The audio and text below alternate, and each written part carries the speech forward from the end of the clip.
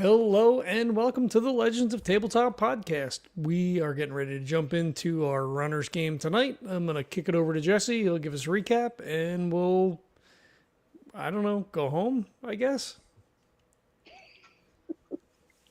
Mama, I'm coming home.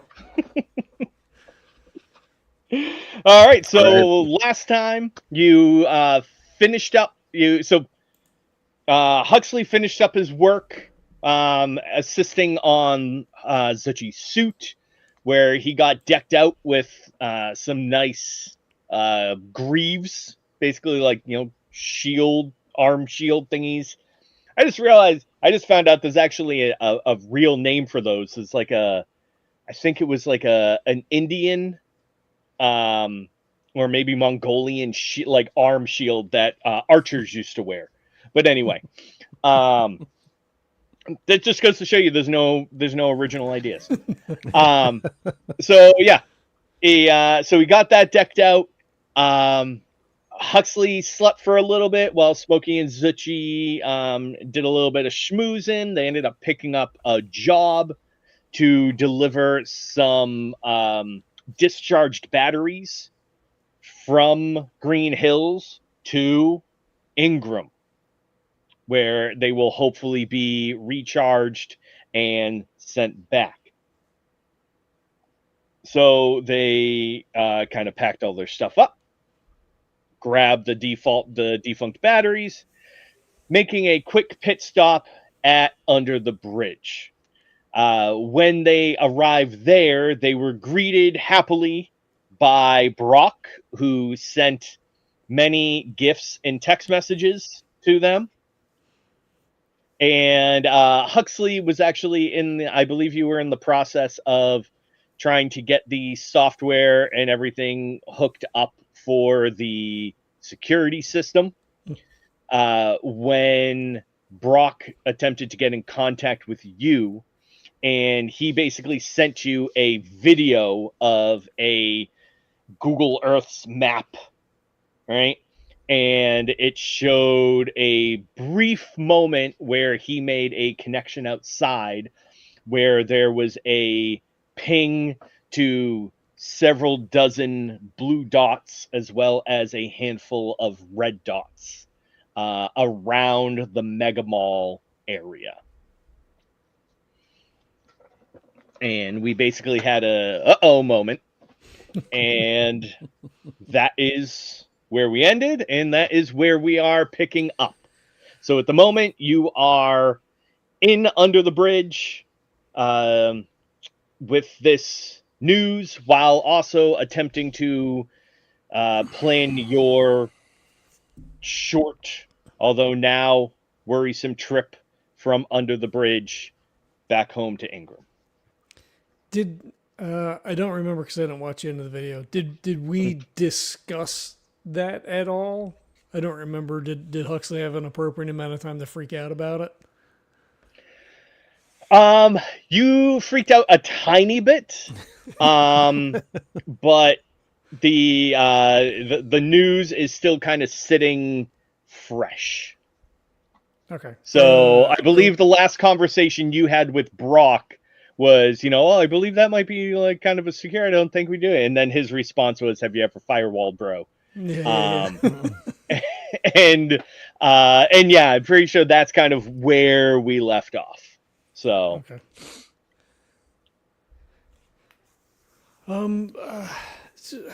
What do you?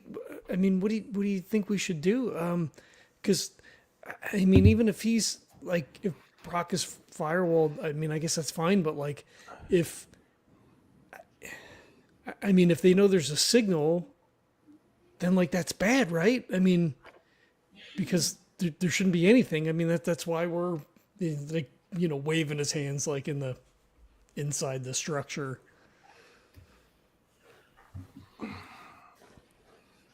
I would think that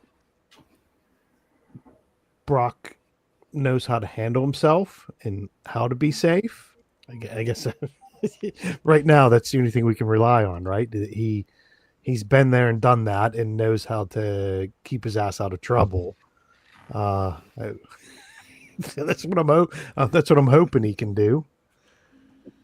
I guess we could ask him how confident he's going to be, but from his past few replies, I'm going to assume that he's going to tell us to stop sweating it.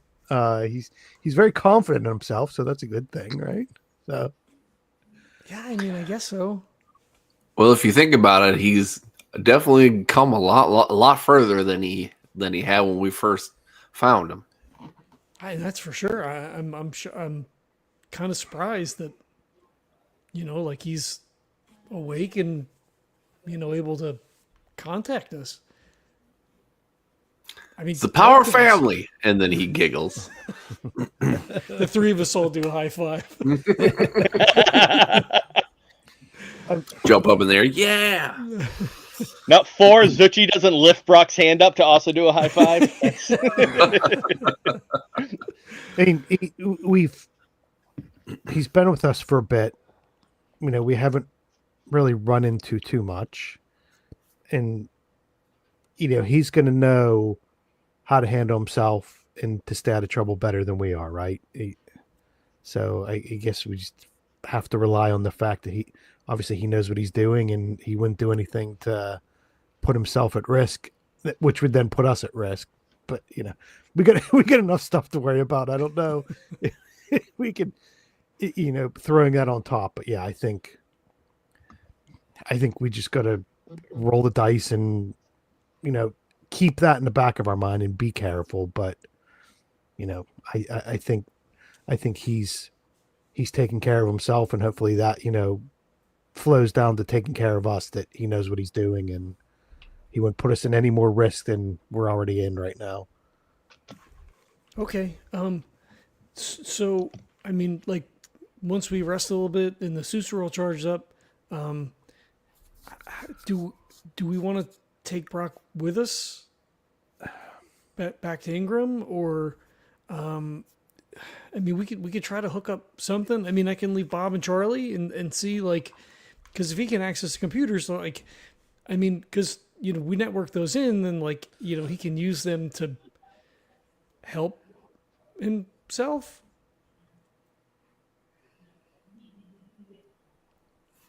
Yeah, I think. I mean, because we don't know how long we're going to be gone for. I think it may be a matter of kind of sussing out with Brock how long he thinks he can be without us. If there's, so maybe Zuchy, maybe ask him to, tell him to be honest, right? We don't want to put him in any danger. So maybe ask them, is it a day? Is it 2 days? Is it a week? If we make sure he's, I don't. You can survive 3 days without water.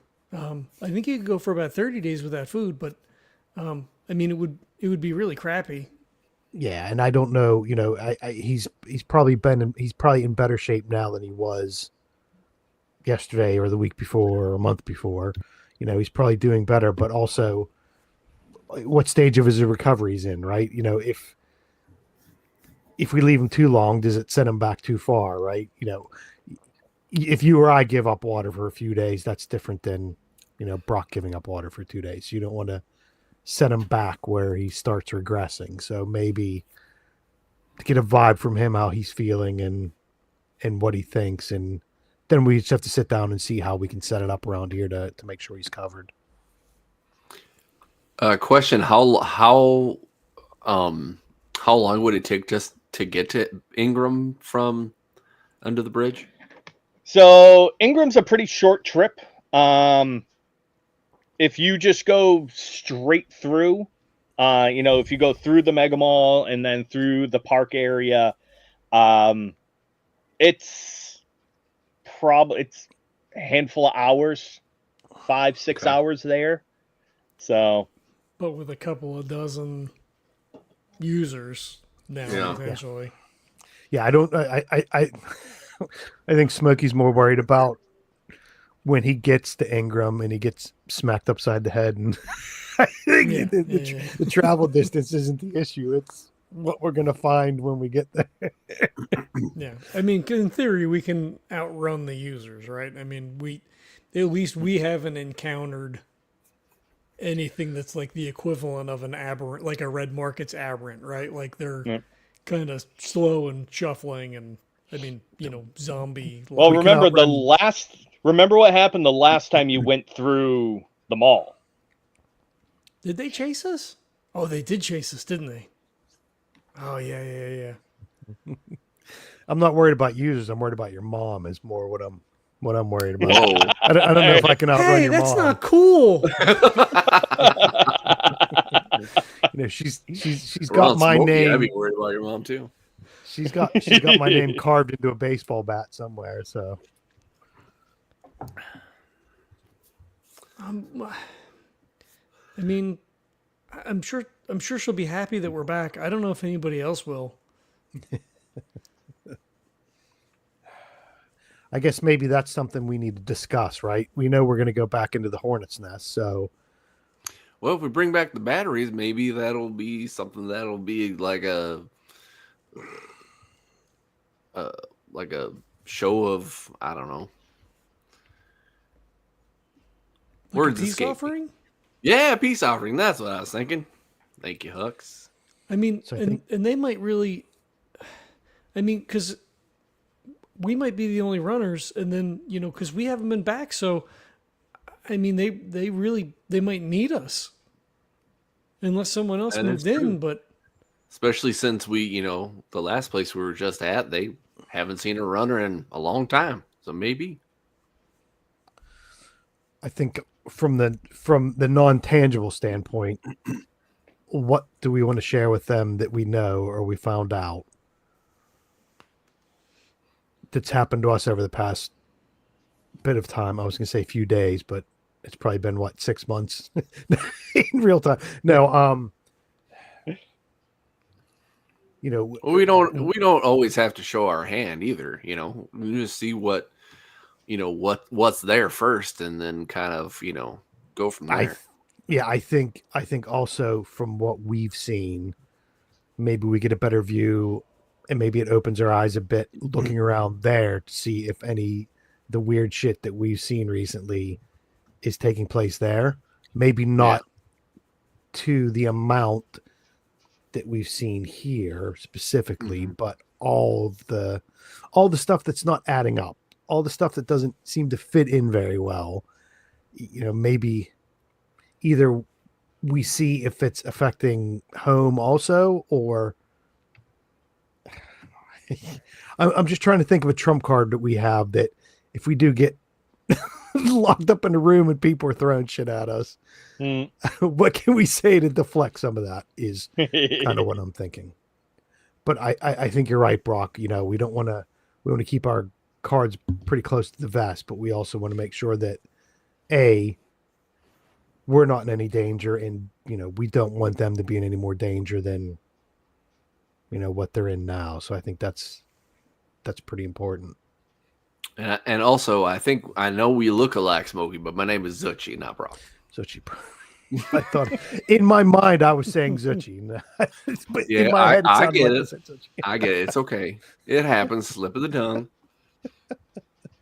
Has anybody Edit that noticed out. that my accent just turns like it's like a different Western accent now? I don't know where it went to.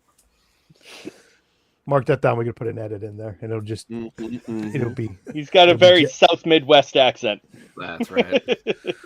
Yeah, but I We'll think talk to the producer afterwards. and I'm also worried about what the impact of us leaving the way we did, what kind of effect that had over and above any of the weirdness that we've discovered. What kind of shit we stirred up by leaving. Well, who knows? Maybe they don't even give two shits. Maybe now they don't even care. Maybe something else has happened that's bigger than what we've done. So who knows? we can hope it's gotten weirder than what we caused. maybe somebody reopened the bar. Do we still have the keys, or Was it matter? We burned it down. I guess the keys Yeah. don't really matter, right? Well, I mean, we have to tell him about Jensen because he's trouble. I mean, I think they were looking for him before, when everything happened. So I mean, I don't know if they would let him in, but I mean, if they let him in to, question him or punish him or whatever, but if he got loose, then the whole place is at risk. Yeah, that might be our card right there. Show them that Jensen's this bad guy, and we've seen it firsthand, and we know that he's got to be stopped. Yeah. I think that might be the ace up our sleeve, maybe. Mm-hmm. So Ingrahm. Yeah. Okay. Well, let me go talk. Let me go talk to Brock and see if maybe he can maybe hang out here for a little bit. Okay. Hopefully we could just come right back, but I mean, we should probably plan on maybe a couple days, maybe. Okay. And I know we're talking about Zuchy talking to Brock and see how he feels. Are we in?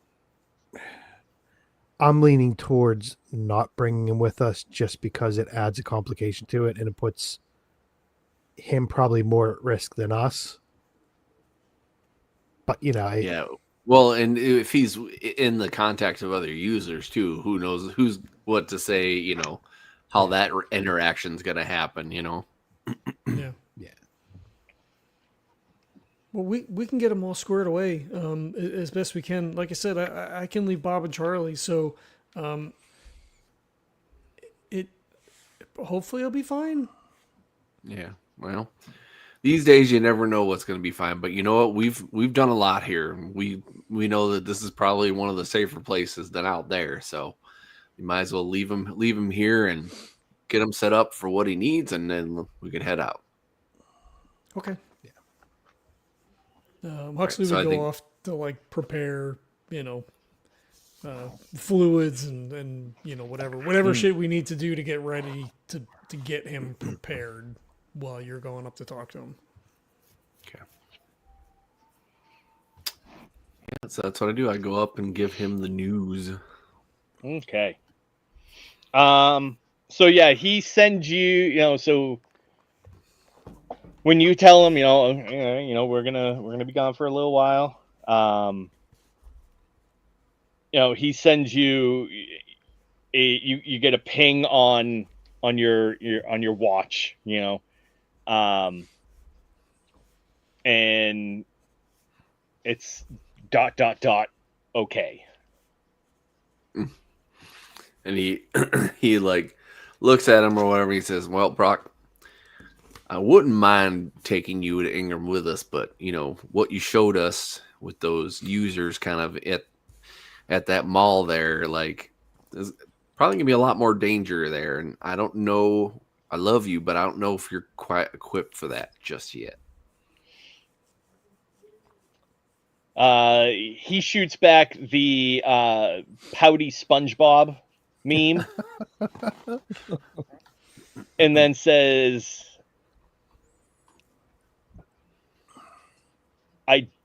I don't disagree. I want to help, but I don't know how. I'm sorry. He shakes his head. He's like, and he puts his hand on me. He's like, "Don't you worry. You learning these things and being able to teach yourself these things, you've really come a long way, and that's what we want. And you know what could really help us is to make sure that this place stays safe for us when we need it. And we're not going to be gone for long, maybe a couple of days. We don't want to keep you. If anything, if the boys have to stay back and I have to make a run myself to check on you, I will.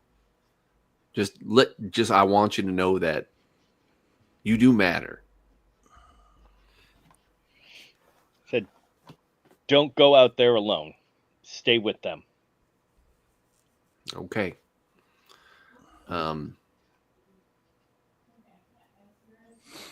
He looks at him kind of like Big Brother, kind of sternly or whatever. He says, "Okay, now I know the last time you showed us that little thing, and you were able to slip out undetected, as far as you know. But please be careful. Don't do anything that gets you in trouble. We already lost you. I already lost you once. I don't want to lose you again." And you get the Napoleon Dynamite kicking rocks. Gosh.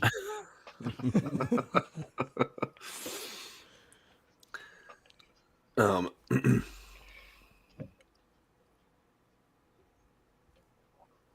As an aside, yeah, I think. Sorry, go ahead. No, I think he just smiles and then just like pets his head, and then he says, and then he'll wink at him and walk out. All right. And when after that, as you're leaving, you get the old school like 1950s black and white Superman as he's like standing there with his hands on his hips and the like the earth rotating behind him. Nice.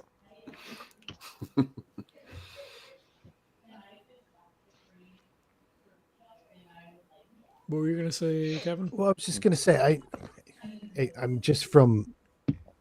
I don't think it's possible just because of. Is there long range communications? Is there? Yeah, that's what I was thinking. You have direct. So, like for instance, you guys use direct source to source communications, right? Yeah. But there's no infrastructure to bounce a signal off of. Yeah. At least nothing that then potentially opens you up. So because it would open us up. That's the problem. Exactly. Yeah. There is infrastructure. It's just that it's controlled by Anne. Correct. Yeah.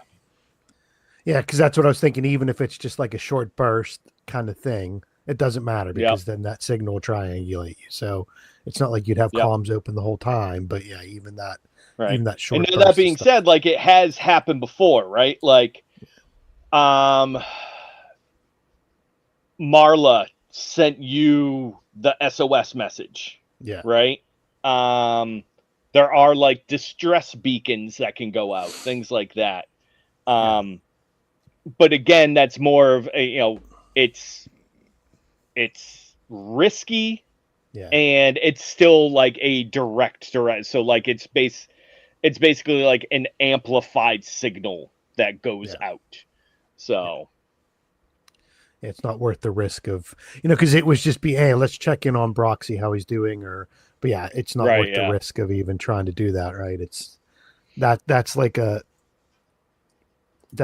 Armageddon thing. If you've got to make those kind of comms, not just checking in on you, seeing how you're doing kind of thing. Yeah.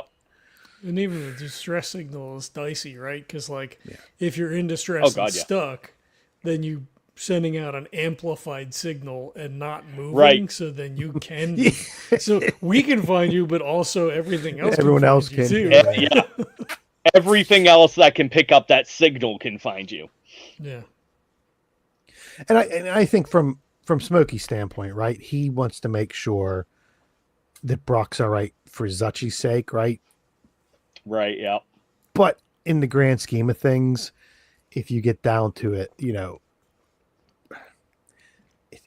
it's not worth the risk. But it's not, how where we live and how we live. Really, I think we've pushed the boat out farther than anyone would, anyways, by bringing Brock back, right? But there is also that part of Smokey. It's like, I don't want to. We want to make sure everything's all right and take care of him, and even just from Zuchy's mental standpoint, right? We don't want anything bad to happen to Brock after all of the stuff we've gone through, kind of thing. Mm-hmm. Yeah. But I guess it's just a matter of let's set him up as much as we can to make sure he's all right, and we've got to take there's risks anyway. So.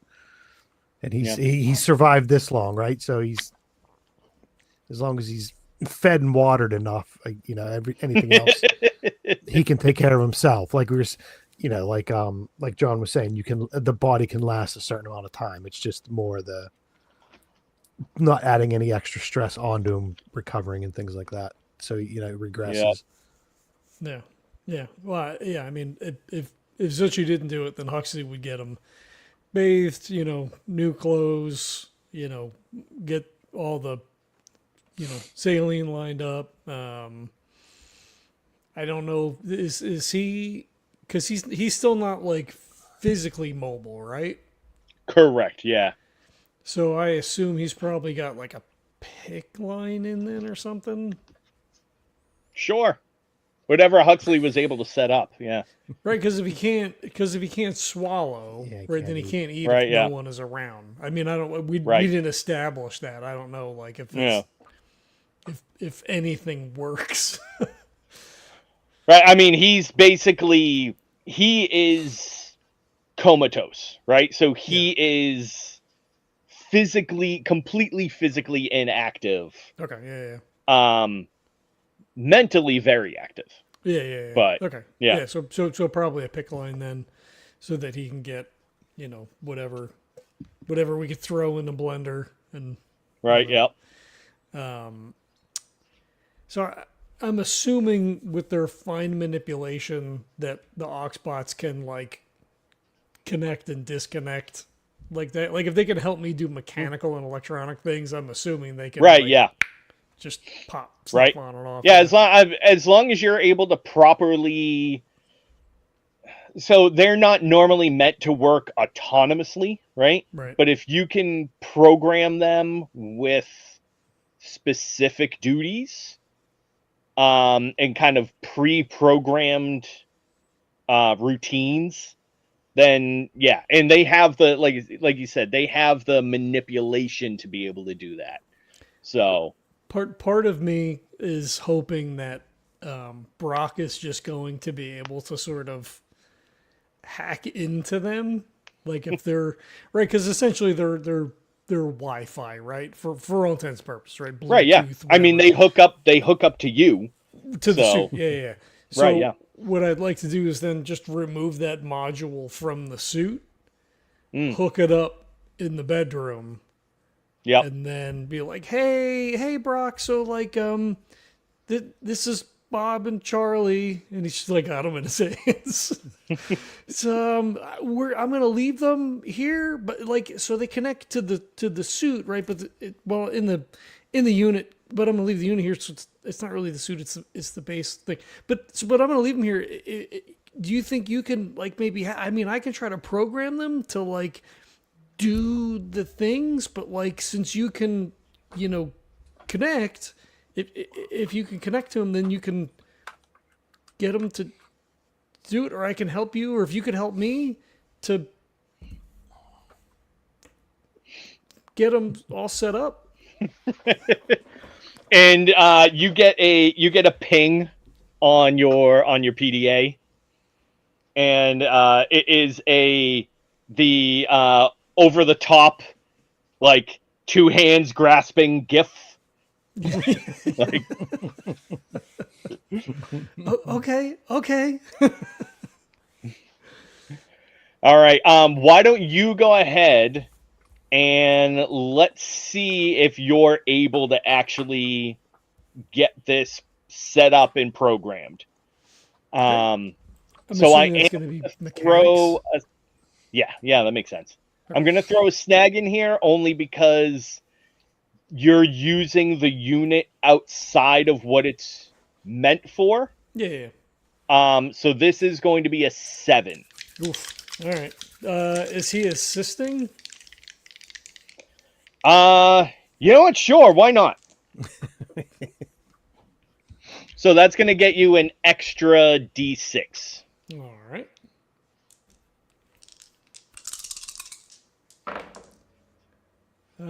So 2 5s is going to be a 7. Ooh, spot on. There we go. That's a yes. So yeah, you with Brock's help, kind of on the coding end of things, you two are able to get the bots set up enough so that they will be able to do the basic upkeep. Okay. Like I talk it through, tell them like what I need them to do, Mm-hmm. and whatever, and then like I guess he could interpret that however, and then Right. Yep. yeah, I'm assuming like run through like a mock set, like a mock run through of what needs to be done and everything like that. yeah. Nice. Yeah. So as long as they have the resources, they'll continue to do the job. Okay. Cool. Love So that. how many days or however long are you going to be prepping for? 3 days, maybe. 3 days? Maybe 5 days of water. I don't know. I would grab Zuchy and I'm like, well, what do you think? Like, I mean, I want to see my mom, but I know we have to come back. So, I mean, I was thinking like 3 days of food and water. Do you think that'd be enough, or should we do more? I mean, No, well, you know what? You talked about being without food and water and stuff like that, and Brock is actually he's survived with none of that at some point, So I think 3 days is good. I feel like we should just keep it at that. Let's keep our supplies. Let's not overdo it. Let's say that, and we can adjust from there. okay. Yeah, I mean, we could even if we had. Well, I mean, I guess they wouldn't know, but I mean, he would know, I guess, right? So like, if it seemed like a long time, I mean, I guess he could do half, and then stretch it out a little bit. I mean, like you said, he wasn't eating at all, so it's not like we're giving him 3 pounds of food every day. Exactly. I mean, he's getting a lot of protein and vitamins and stuff. So I mean, I guess like because he doesn't he wouldn't have the feeling of being satiated, right? I mean, because he's not like eating anything. So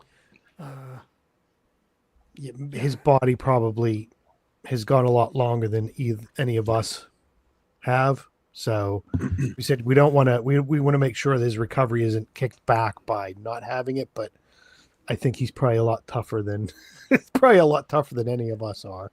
Just what he's been through. So I think whatever we give him, whatever multiplier that can stretch out to, he's probably been there and done that. Maybe Okay. not. Not by choice, but by circumstances. yeah, and I guess we'd have him on some sort of a regimen, right? Like if he was starving, you wouldn't just give him a hamburger, right? Because you'll kill somebody doing Right. that. So maybe they're only doing like half bags of food and like, I mean, obviously copious amounts of water, right? You gotta stay hydrated, Yeah. but yeah. So he may be already on a lower caloric intake, just to not overtax his system, right? Because like in game time, this has only been a couple of weeks, Right. Yeah. so yeah, we wouldn't just be packing him full of food and stuff. So maybe it'd be like one full bag over 2 days, or Yeah. All right. whatever our established regimen is. Mm-hmm. Yeah. You've been doing this for at least, like you said, you've been doing this for at least a few days, if not a week at this point. So, Yeah. Okay. Yeah. Cool. all right. Sounds good. So, yeah, you get Brock all set up. You get the bots all programmed, ready to go, hooked up to the system. And, yeah, now is the time to prep for the run to Ingrahm. So the big question is, what are you going to do with the Mega Mall? Are you guys going to attempt to make your way through it? That is the shortest distance. or are you going to try and circumvent it? So I don't know that we've ever gone through. I mean, we went under the one time.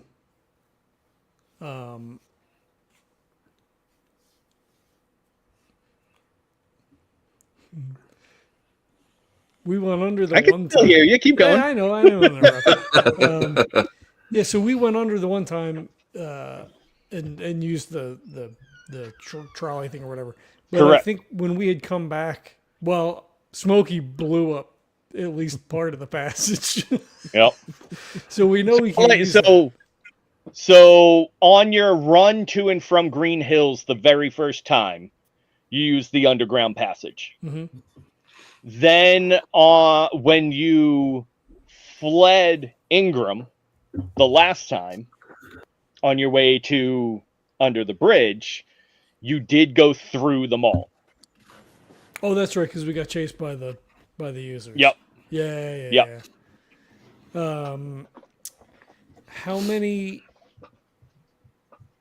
So like Huxley would like pull up the map and like start counting blocks. Like, so how long would it take us to get around the mall?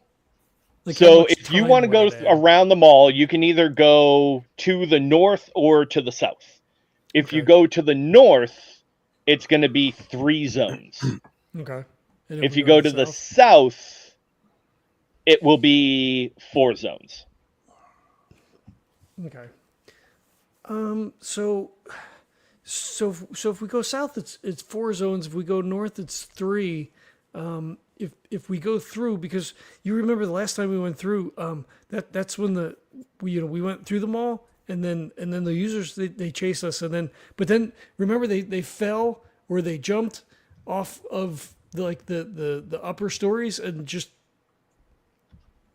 well, but then but with the information that Brock gave us, I mean, should we go look? I mean, because like you said, Mr. Smokey, information is power. So if we go through and we see that they're doing something, then that's power, right? That's information that we can use.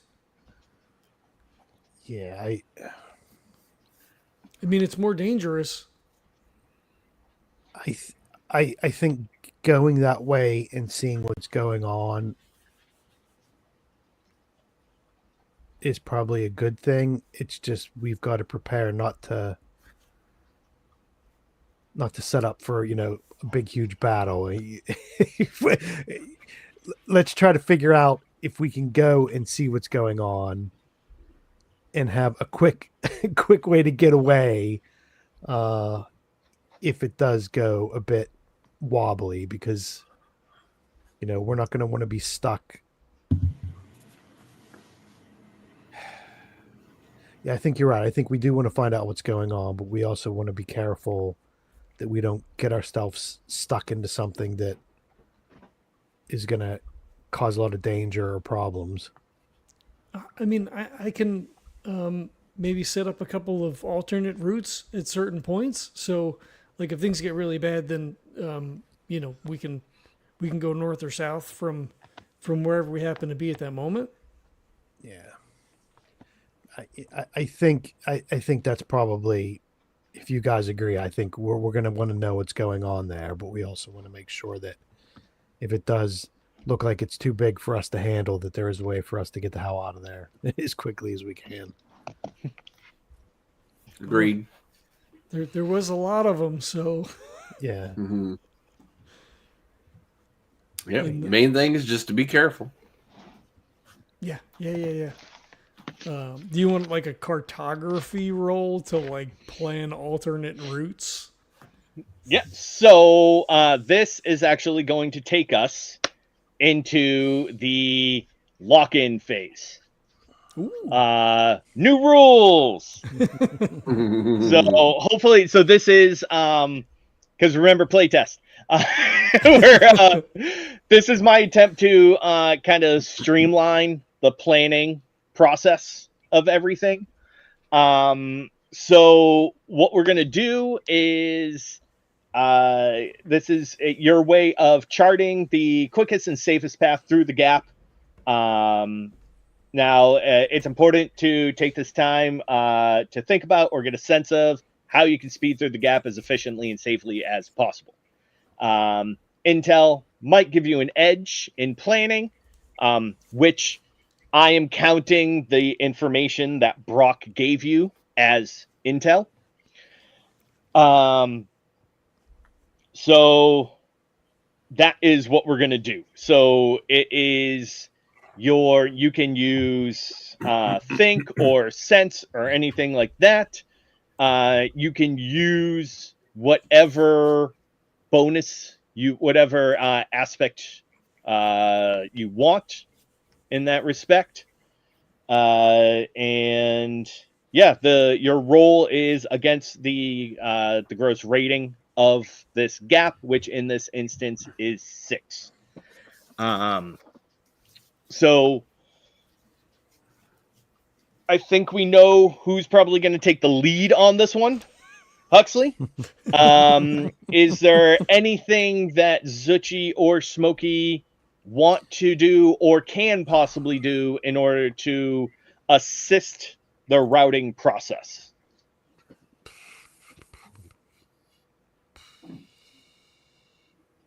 Outside of like a pat on the back. Yeah, I think that might be it for me.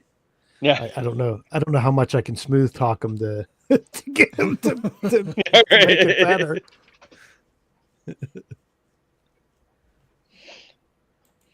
I mean, at the same time, you can potentially use your power of persuasion and manipulation to, because Huxley can be very, no offense, scatterbrained, right? So Smokey could potentially calm him and focus him to so that he doesn't like go about planning 3 or 4 or 5 or 8 alternative routes and instead focusing his power on what actually needs to be done. Let's do that. So Smokey will sit down with Huxley and just say, okay, we're gonna map this out. We're gonna be very deliberate. We're gonna have these 3 points we're gonna focus on: how to get there with information, and how to get through there with information, or how to get through there saving our own ass, right? So let's just focus on those 3 things, and make sure we have it delineated of these are the points we want to do. Focus on those. Those are the most important things, and just do that. And and just while he's doing it, just maybe make it also a bit lighthearted, right? Just chatting with them, trying to keep the blood pressure down, that kind of thing.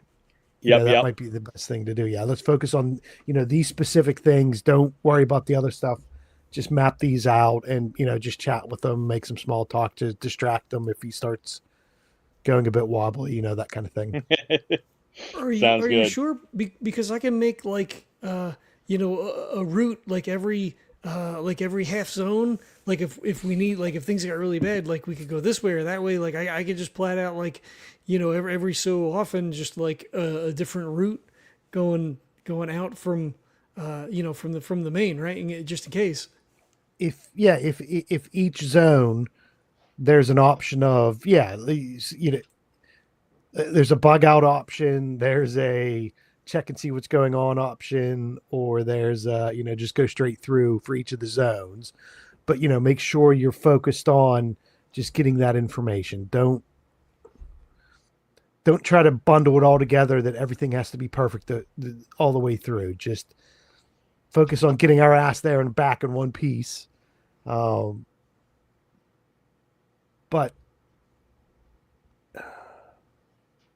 make sure that whenever you're doing each of those evaluations, you get that information out of your head and down, quote unquote, get it down on paper before you move on to the next one. Be very deliberate when you're walking through that. Okay. But that might be the best way to do it, right? So each zone what are the different options? Because if we're saying just get us there and back, something could happen in the second zone that we weren't expecting in the first zone. If it does happen in the second zone, how do we either get through the third zone or back to the first zone? That kind of thing. Do we retreat? Do we do a flying retreat, or do we do a run our ass to the next one as quickly as we can? So then I would pull up the information that we have, along with the map, and then I would look for like significant features in each zone, and then plan an alternate from there, right? So like Sounds good. get to the mall, there's an alternate. We get to the power station, there's an alternate. We get to next feature, there's an alternate, right? Because that's where we would expect probably to have other runners, X's, whatever would be at a place where there's something would be the logic, right? Right. As opposed to just so you're basically you're not necessarily planning out 10 different routes, but you're saying, okay, if we run into this, we fall back, we go here. If we run into something here, we fall back, we go here. Yeah. So as opposed to like the 10 routes that he was probably starting when Smokey right, was exactly. like, hold on a minute. Simplify. All right. Do we have Kurt? I mean, in theory. I'm here. Yay! Yeah, I think probably what Zuchy would probably do is he probably, because he's been out in the burnt and stuff like that a lot more than anybody else has. He'll be like, he'll kind of talk about some of the areas. He'll remember about some of the areas that he's been in and be like, okay, Hux, but remember like there's a lot of like activity for like animals and like wild animals here. And, remember when we did this is where we saw, a few of the lost or whatever you want to call them. And then, and then it would be like, oh, or remember when we went, up and down this area, like the hills were a little jagged or whatever, the terrain was a little bit more, hard to get around. So maybe if we go this way, it'll be a little bit easier to get around and stuff like that. So he's going to use basically uses his surviving tactic to be like, hey, like these are the things that we need to do to get around and, the most efficient. Right, yeah. This is where I used to be able to hide out every once in a while. Like, Yeah, exactly. Nice. All right, sweet. So why don't we have Smokey and Zuchy go ahead and give me some rolls. Smokey sounds like it's like a sway with your fast talk. Zuchy probably more of a getting a sense of things than actually really thinking it out, right? Mm-hmm. So why don't you guys go ahead and yeah, exactly. Yeah, Zuchy works off vibes. All the vibes. Yep. So let's go ahead. Why don't you two give me rolls on those against a 6? Okay. Do you think I can use my survivor expertise to add on to Yeah, that? absolutely. Yep. Okay, cool. And then any successes on these are going to give Huxley extra dice to roll. 4 + 2, 6. That's a 6. That's spot on. Nice. 5 + 3, that's an 8 for me. That was a good one because the other one was a 1 and a 2. So the 4 was a good Ooh, yikes. Nice. Well, that is not only a success, but with an extreme edge on Zuchy's part. Nice. So I'll let you know. So I'll basically give you a couple of pushes in here. So one of the zones, let's see, which one was it? So yeah, one of the zones towards the south, if you ever need to ditch out that way, is basically like an old university campus. That is still fairly well fortified. So it's it's a place where Zuchy used to be able to sneak into and stay fairly well secure. And then you also know that so you run through kind of that overgrown forest area on the other side of the Mega Mall. To the northwest of the Mega Mall is actually like a large like town park garden area. Think kind of like New York's Central Park or the Boston Green, that kind of area. What if you've never been in those areas? Then what does that mean? So it's still going to be very overgrown now, obviously, but it's void of large fauna or of large flora, right? So it's mostly grasses. Grasses, some bushes. Obviously, there's clumps of trees and things, but it's very well cultivated. So it's going to be a large, fairly flat, open area. Well, it used to be. Used to be. Like I said, it's still going to be like very tall grass and bushes and things like that, but you're not going to have to, like you do in the other area where it's actually like a large wood. You're going to have to, it kind of has the potential to slow you down, having to go through the trees and everything like that. Mm-hmm. This is going to be a large, more expansive area with just basically savanna, like tall grasses and a lot of bushes. So. Okay. So you have a couple of potential places that you can ditch off into that you actually know what's there. Nice. And then each one of their successes is going to give me an extra die? Yes. So now you're rolling 2 extra dice against your 6. Well, that's a pretty mixed bag. But one of them is a 6, so that's going to be... Hey, there you go. Nice. All right. Yeah. So that's basically gonna give you a leg up in whatever zones you want. So basically, you're gonna have a +2, right? You're gonna have 2 edges to throw out whenever you want coming into zones. You can throw them both into a single zone. You can spread them out against the 2 zones, however you want to do it.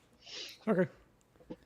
So he spends, whatever, an hour just dicking around with the maps and, plotting out different things and then incorporating the stuff that Zuchy told him into the map, at least loosely, like if we haven't been through there. But right, like, exactly. Well, no, yeah. It's a little bit further out over him, like, oh, okay, like over here. Oh yeah, like, and then this is over here. So I start like, putting like trees and shit. And he's like, well, no, there's no trees. It's more like bushes. It's just like, okay, let me change all the iconography.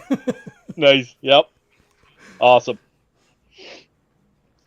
All right. The last thing you guys need to figure out is what your demand is. So again, this has changed up a little bit to be a little bit more simplistic, easier to figure out. So all you have to do is take whatever your total drain is and multiply that by how many zones you're going to go through. In this case, you're only going through 2 zones.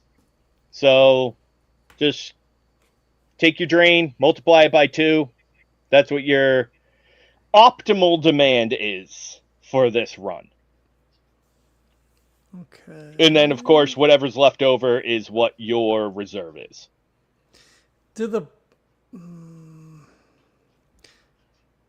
So I guess it doesn't matter. So my drain is 10, so it'd be 20. Okay. Do the Oxbots add drain? They don't. They I mean, I don't have them. You surge with them in order to use them. Got it. Okay. I don't believe they added drain. Let me double check. I don't think we've ever surged to use them before. No, it's just gear. I don't think you ever actually used them, like use them, at least enough that we needed to worry about it. A couple of times. Oh no, yeah, they just provide support. Yep. So, Or it can be autonomous and given commands. yep. Independent helper. Okay. I mean, it's not part of my drain, but then I was like, oh, maybe that should have been part of the drain, but yeah. No, well, drain is only something that's used the suit. consistently. I might add a surge to them though. We'll see. Or maybe we can do it where maybe they have that one like additional layer where they always just kind of provide a base bone, like a base edge.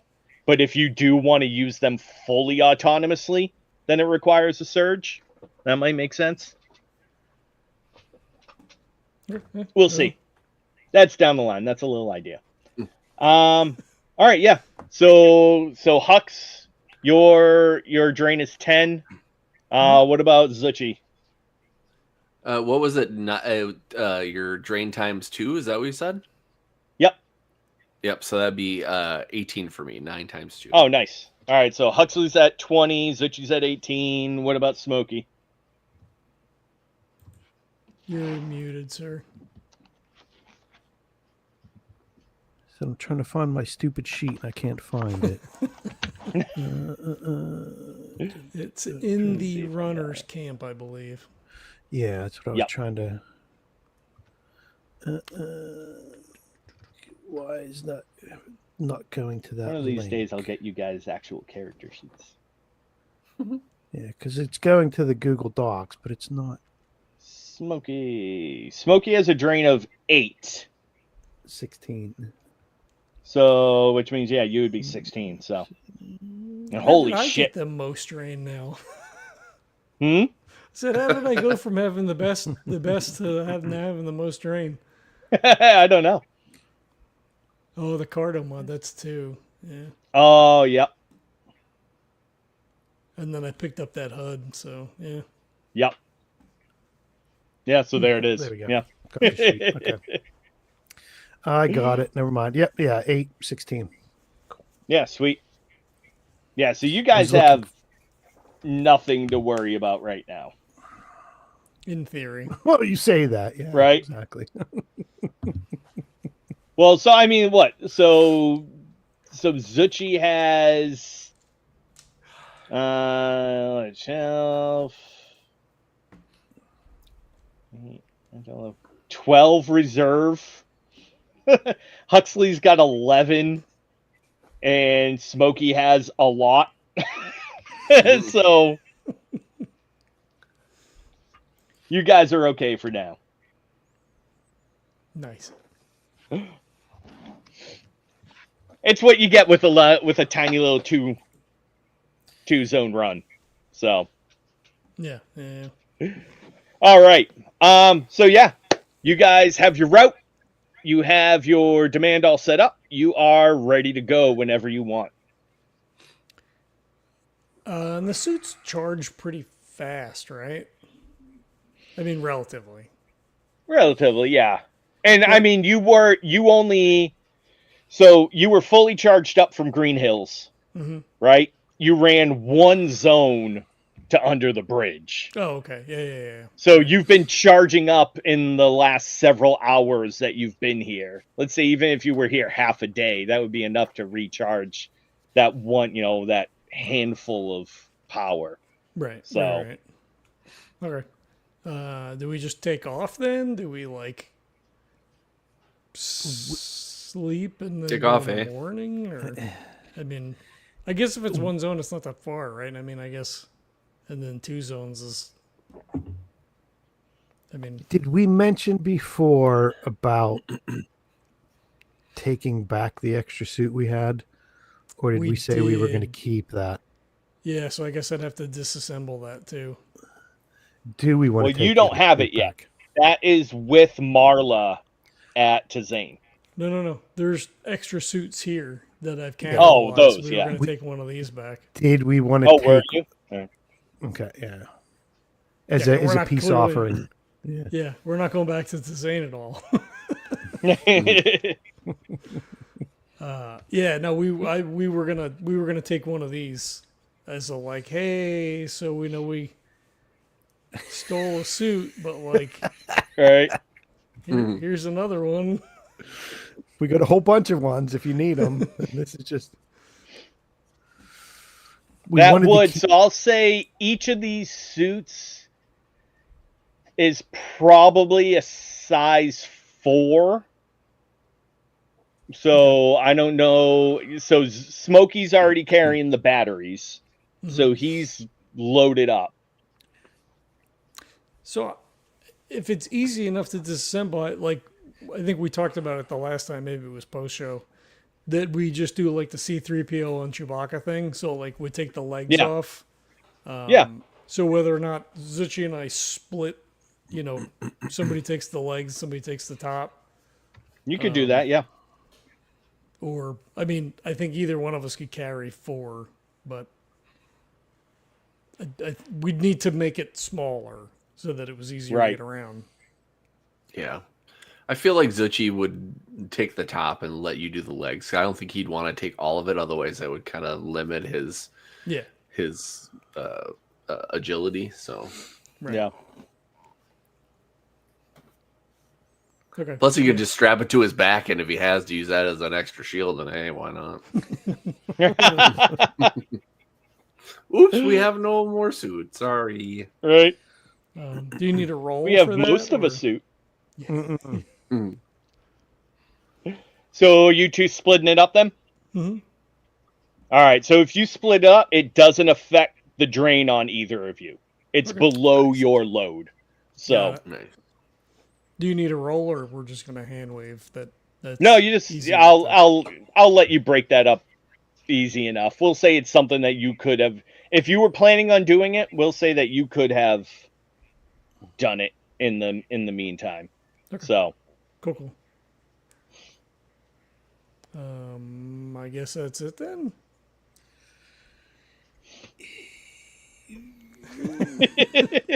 Smokey you all does seem that. very hesitant to actually go home. Well, yeah. I'm not hesitant. Let's fucking do this thing. As the Yeah, young the last- kids say, let's fucking go. Yeah, the last thing that Kevin was thinking is, I think we did mention, taking that suit. Now, what Smokey's thinking is, we gotta get. You might as well rip the Band-Aid off, right? We're gonna have to go back eventually, and as Huxley said, maybe there's something going on there that we can help them out with, or they need batteries. So there's parts of Smokey that's just like, why don't we just stay here for a bit? But yeah, we got to go back eventually. So let's go do it. Yeah, and Brock's on a time frame, so Right. Yeah. okay. I guess they get suited up. Huxley would, of course, check all the seals, check all the suits. Somebody, what do you guys check me? Good conga line of like turning back and forth. Everybody's in a checking. circle, Right. looking at each other, looking at each other's stuff. Zuchy pats Huxley. Yep, looks good. He doesn't even know anything. Y'all strapped So in. she ready turns to to Smokey. It's like, oh.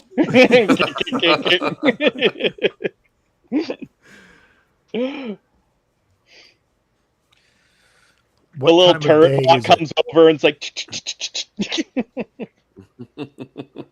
Huxley pats it on its little head. I'm assuming we're gonna head off in the morning, right? I think we were just gonna go. Is it like what time of the day is it? Like I don't know that we necessarily want to run. I mean, at night. you left. So we'll say you left kind of late from Green Hills, right? Because Huxley slept in and everything like that. Probably took you a couple. So you probably got back to under the bridge at a little bit past noon. So we're probably early evening right now. So in theory, you could make it to Ingrahm by nightfall. Oh, by nightfall. Okay. It'll probably take you a few hours. Again, all going smooth. Yeah. It should take you about a few hours to make it to Ingrahm. So, in our experience, how common is it for folks to come in like after dark? Like, I assume they try to make most of the runs during the day, right? Because it's easier to see Right. trouble, yada yada, whatever. Yeah, I mean, Would it's one of those things where, some runs will take you a whole day. A run can take you 12, 16, 18 hours yeah, sometimes. yeah, Um, and it's one of those things where do you leave when it's dark, or do you arrive when it's dark? yeah, Right? It's up to the runner. Some runners prefer to leave at night when they're going through an area that they know more. Um, Others prefer to leave when it's morning, risking, hoping they'll get there early, but taking that risk um, of dark more in the tail end. It's really up to the runner. So runners can come in. It's uncommon for them to come in at like midnight, 2 o'clock in the morning, stuff like that. yeah. But yeah, runners will come in like late evening, early nighttime, like that twilight time, somewhat often. So Okay, all right. What do you guys think? I mean, the mall's kind of close to us, so like, if that's the worst part of it, like, it should still be light out. Well, here's my idea. So, say we're going around this mall area and we've got some of these affected that are around there. Let's just say like they're doing something. Maybe they're doing something during the day, and as it gets a little bit later, maybe they're not as busy. So if we want to learn something about them, maybe we go early so then we actually can see what they're up to. Now that's just theory. Another thing to consider too is just like, you know, maybe it's something where, maybe we don't make this run as quickly as we do, and then we're out in the dark. Do we want to chance that? I mean, we've been through the area before, but I don't know, 2 or 3 dozen users. I mean, that's a lot. I mean, we could wait till tomorrow. I think we're gonna just. I think we're gonna just keep finding reasons not to do it, right? And maybe it's just better just to be done with it and get going. And if we do run into something, then we can always just adjust and run our asses back if we want. But what do you guys think? Kevin's asking what you guys think, not Smokey. I mean, like you said, it's kind of maybe best to pull the Band-Aid off. If everything goes smooth and we get there at dusk, then I think we have enough light then to deal with whatever is potentially going on at the mall. Yeah. If these things are, these people, these beings are controlled by Anne, like, there's probably no like, oh, they have to sleep so they won't be active, right? Because she's just like, go to work. Day and night doesn't motherfucker. really matter. Yeah. It might be harder for them to see, I guess. Like, they might have a physical limitation insofar as like, I can't pick this thing up because I can't see it. Yeah. But if there's still light, presumably if they're doing something, they'd still be doing it. If they're just moving like in a herd,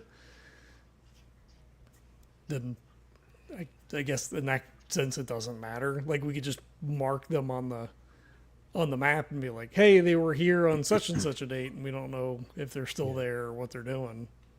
Yeah. What I'd like to say as an aside, I feel like I love it every time, but I always have to point it out. Like, we're playing characters that like they're fake. Yeah, we understand that, but like we plan like okay, we don't want anything to happen to these precious people.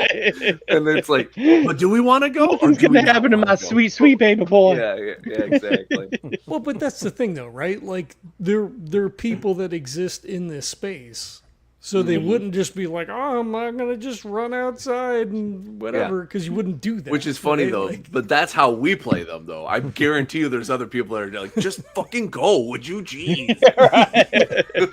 you've been recording they- for an hour. You haven't done shit. Do something, please. They've made it this far in life, right? So they've We've seen done some something shit, right. and they've been through the shit, right? So, but that's also that they've been through the shit, but they're also, they're not going to, throw themselves at something willy nilly kind of thing. So, Yeah. Right. Yeah. Yeah. Yeah. Yeah. I mean, as Jesse describes it, I feel like we have enough light to get through this part, which is where we are assuming there's going to be an issue. The rest of the run we've made before, so we Yeah. kind of know that other space and isn't as problematic in theory. And again, conditions change. We haven't been to Ingrahm in a week or 2 weeks or whatever. So, like, you never know. But we know for sure, like, Huxley's got them, pinned on the map where Brock showed us where they were. So, like, we have an idea of where we need to be more cautious based on the intel from last night, this morning, whatever. We have a general idea of where they are or were. Yeah. to be careful. Yeah. Yeah. And I think Huxley would be a little antsy too, right? Like if we've made the decision to go, to then go and see his mom, right? Like, Yeah. Yeah. There's no way Hux is going to wait until the morning. yeah. So I think as we go like round and around, I think he'd be like, well, I mean, I haven't seen my mom, and she's probably worried, and it's not like I can say goodbye, and we should probably, we should probably just go, right? I mean, whatever happens, at least, I'll get to see my mom at least, and then she'll know that we're okay. Yeah, we've got to go see her eventually, and I know you're more excited to see her than me because she's going to be more pissed at me. But yeah, we definitely need to. Well, maybe let me talk to her first, and then I'll be hiding around the corner. maybe she won't be as mad. I can tell you guys brought me back. That's what I'm hoping she's going to realize that you're still here. So I would grab any of the expended like oxygen containers, like anything that we took that we still had that can be refilled, reused, repurposed. I would also grab that stuff to bring back as well. Sounds good. All right. So, you guys get on your way. All right. So you step out through the double doors of Under the Bridge into the menagerie of alleyways that lead you into the city, where within moments, the buildings kind of open up and you have that large boulevard, the main street of Sabatha to make your way down. And it is only a short period of time where you know that you will be soon coming into the Mega Mall facility. As you know, it's a massive, miles long, miles wide structure, 3 stories up, just intense parking lot circling the entire thing with small other little shopping centers scattered about satellite locations here and there. And you can also now and Huxley has his HUD, right? So you have the map up in front of you, and you actually have the screenshot of the video that Brock had sent you that you can overlay on the map that you also have currently, to attempt to find the safest way around the clumps of users that were all around this area. So why and then go ahead. You look like you want to say something. No, I was thinking, but go ahead. All right. So we are going to do something I kind of stole from Savage Worlds. Or not Savage Worlds, Salvage Union. So we are going to do entry rolls into each zone. It's just a super quick check to see how things are going in that zone and how you manage your entry into that area.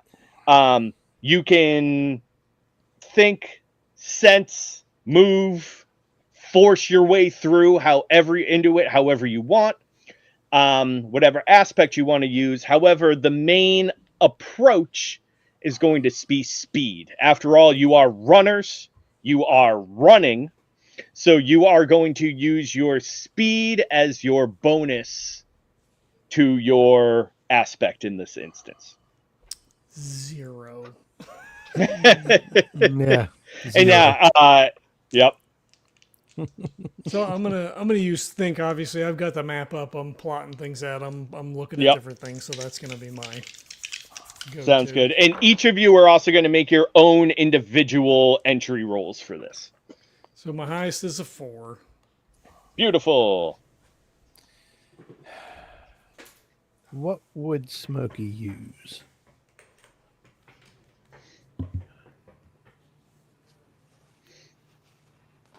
Smokey, for me, feels more of a sense or force type person. I think sense. Yeah, that just being a bit cautious and head on a swivel kind of thing. So that seems to be what he would do. All right, let's see. Nothing to add to it. That is also a 4. Okay. I think Zuchy would also use sense just because of, being in this certain places and stuff like that, and he knows kind of the area and how to maneuver stuff like that. So he would use that. Ooh! So I had a 5 on the die, and my speed is 3, so that's an 8. Dang. Woo! Nice. Beautiful. All right. So, as you are making your way towards the mall,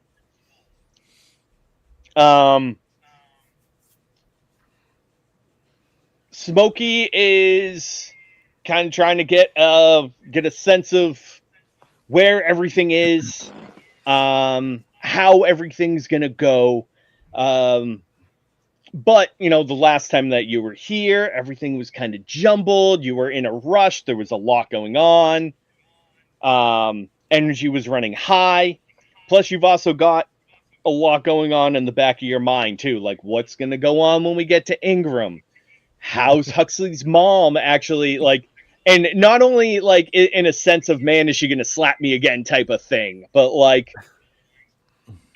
how is she going to respond to Huxley and us? Yeah. Right? What's going to happen after this?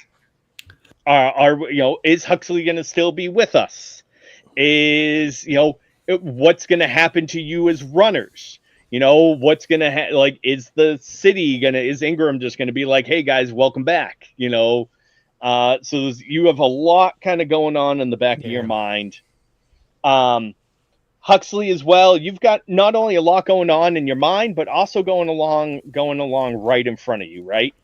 you've got a lot of options available, right? There's a group up here. Oh, if we hit that group, then we can go down this way. Oh, but we could also go up this way. Oh, but if there's the group here, then we can go. And there's just a lot of information overload for you right now. Yeah. Mm-hmm. So you two are fairly distracted coming through that first big parking lot, section A3, as you speed your ways through. So can I throw my snag in here then?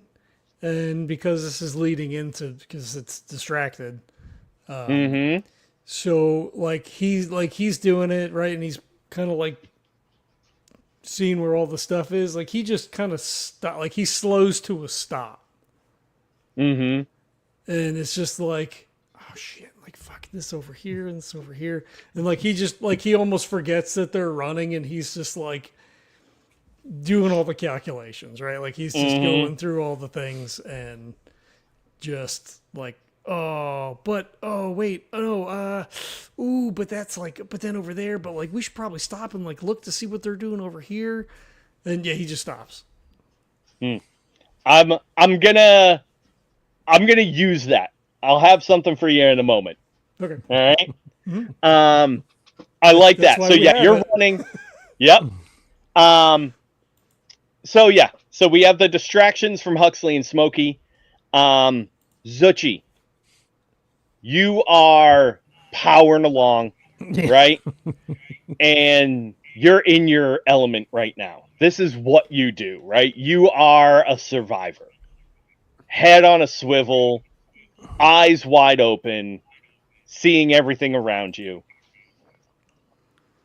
So you are the one who sees the massive mob of users. And there appears to be some kind of scrum going on, right? There is almost a tornado of activity in this giant group. And The outside of it seems to be fairly inactive, but as they get closer to the middle, seems to be a lot more of the activity. Can I tell what they're doing? You know what? Yeah, I'm gonna with your edge, I'll let you know. The way that the parking lot is kind of set up, they're actually at the closer to the entrance of the mall. So we'll say that there's actually like this sunken stairway area, right? So you have the whole parking lot, and then as you get closer to the entrance, there's like a couple of sets of staircases that go down into the main area entranceway of the mall. And you can see that there's the large group of blues. It's a mixture of blues and just unlinked, right? With two reds. And now I'll say the way that you can tell the difference between them. Unlinked have absolutely no headset, right? Brock temporarily was an unlinked, right? Their only real connection is maybe a potential temporary connection that they made that basically made them mindless, so to speak, right? The blues are still wearing headsets. And the reason they're called the blues is because there's a little blue light that denotes activity in the headset. Reds, on the other hand, you don't quite know why, right? Nobody's been in the system. Nobody quite knows why, but they have almost like the red ring of death from the Xbox, right? So their light has turned red. They are the hyperactive, hyper-violent users. And there are two reds in the middle of this giant group beating the ever-living shit out of a bunch of the blues and unlinked surrounding them. Okay, so then I think Huxley would like tell everybody to stop, and he'd be like, "Stop." and then he would relay exactly what's happening. Zuchy will Sounds tell good. everybody because Huxley has already stopped. So, Yeah. speaking of that, the three of you are running, and Zuchy slides to a stop, right? And as you slide to a stop, you see Smokey and Huxley right past you. And you basically yell out, you open up comms, and you're like, hey guys, stop. And you yell as loud as you possibly can. And in that moment, Huxley kind of pitter patter, and that last yell is what breaks Huxley basically out of his zone. And you're like, oh, and you stop.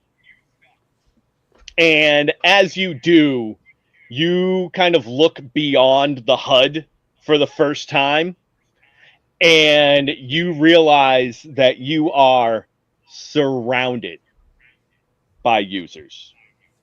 You're basically on the edge of this giant mosh pit.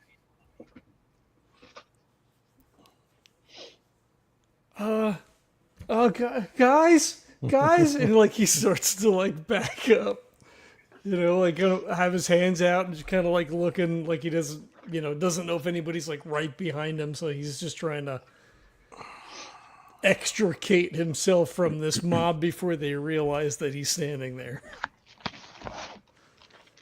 And Smokey, Zuchy would. go ahead. Yeah, Zuchy would run right into it to help him out.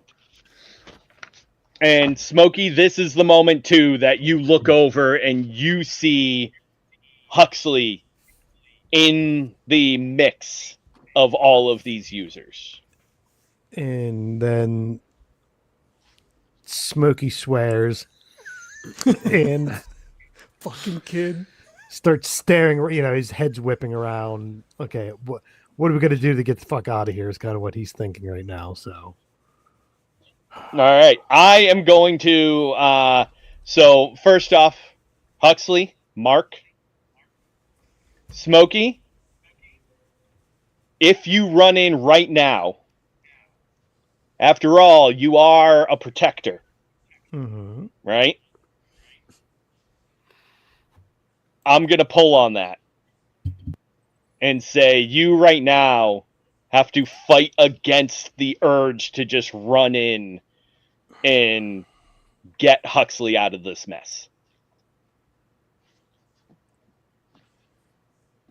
I mean, obviously he would want to do that, right? But he doesn't want to make it worse. Mm-hmm. Right? He doesn't want to go barrel in and then, How far away are we all from each other? I mean, you're all within, say, short range of each other, right? Like, you're in suits that can run, right now probably like 15, 20 miles an hour. So, like, you're like 50 to 60 feet away from each other, right? But within short enough distance.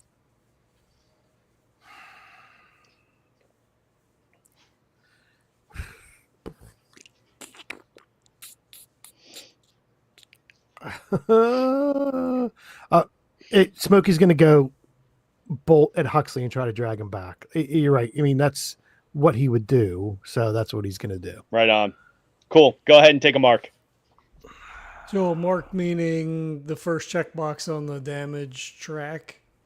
Nope. A mark meaning a move towards advancement.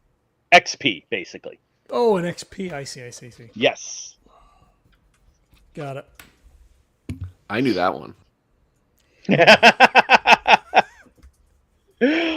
All right. So at the moment, we have Huxley surrounded by a bunch of users, a bunch of blues and unlinked, with a couple of hyper-violent reds just mere dozens of feet away from you at this moment.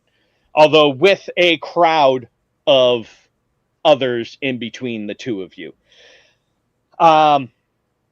So Huxley is in the scrim. Smokey and Zuchy rushing their way towards him. Guys, we found him. Good job. You found them all in one spot. Huxley, what are you doing? Yeah, like I said, he's just trying to back up. He's kind of backpedaling, like, oh shit, sorry, I didn't realize you were like taking a shit right now. Like one of those sorts of things when you open up the bathroom, nobody locked the door on Thanksgiving, you walk in on somebody. So you're gonna try to kind of like diligently but cautiously move your way out of this to make sure, yeah. Yeah, I mean, yeah, right. Not to upset the beehive.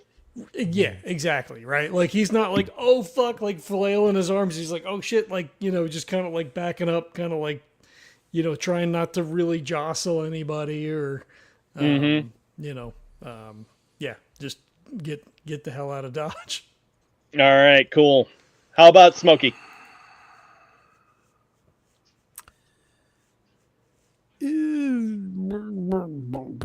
I'm trying to think of a way to distract them to, like pick up a rock and throw it over that makes a bunch of noise where we're not at. But I'm just trying to think what I could do. Oh, what do you got on you that could do it?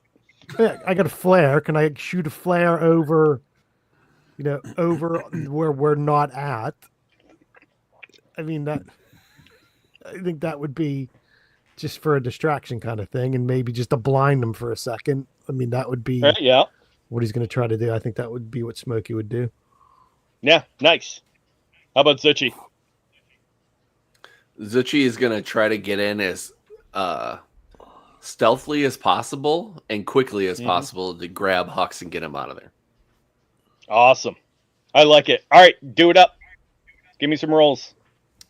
I feel like Scout's probably. I mean, Scout was like sort of the catch-all skill before we went back to skills. Yeah. But I feel like that doesn't work necessarily. I don't know. What's your feeling? I think we kind of determined that Scout was more about like planning, surveying, things like that, rather than stealthing necessarily. Okay. Yep. And I feel like stealth's not really his thing anyway. Right. Yeah.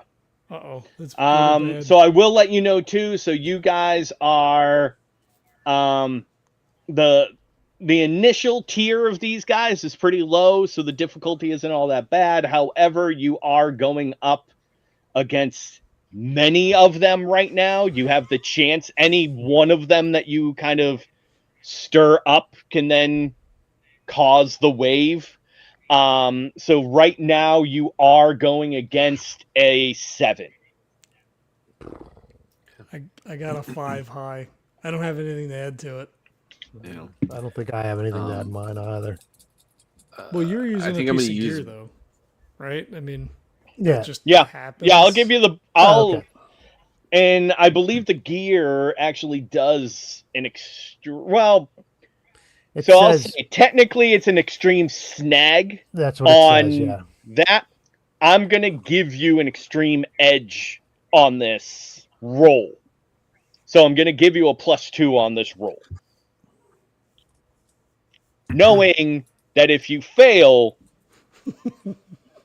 it's alerting them to your presence and not the presence of where you want them to. So they'll look at me instead of the flare. Exactly, yeah.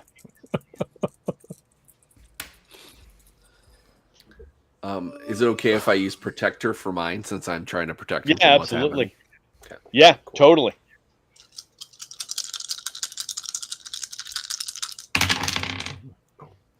Try that one again. Nice. There we go. 6 and a 1. So it was feast or famine. Holy crap. Beautiful. And how about Zuchy? I rolled a 6, so that is a 9. Holy crap. These dice are very hot tonight. And I'm not using the same ones either. I got like 10 of them here. All right. And what'd you get? What did Huxley get? I had a 5. A 5. All right. 2 under. All right. So yeah, between the distraction from Smokey and the expert maneuverability from Zuchy, and just the sheer luck that Huxley didn't flail as much, you do manage to. So, process of things is Zuchy runs in, Smokey shoots off the flare. The flare does pull more than half the group, including one of the Reds. As you're pulling back, Huxley, you do end up kind of stumbling a little bit, and you bump into just a couple of unlinked. Mm-hmm. Now, what that ends up doing is basically sending them into a little bit of a skitter pattern that then does hit a blue. So it does begin to disrupt the crowd slightly. However, you have excavated yourself from the crowd right now. So there is a little bit of a hubbub, but you are not directly involved in that at the moment.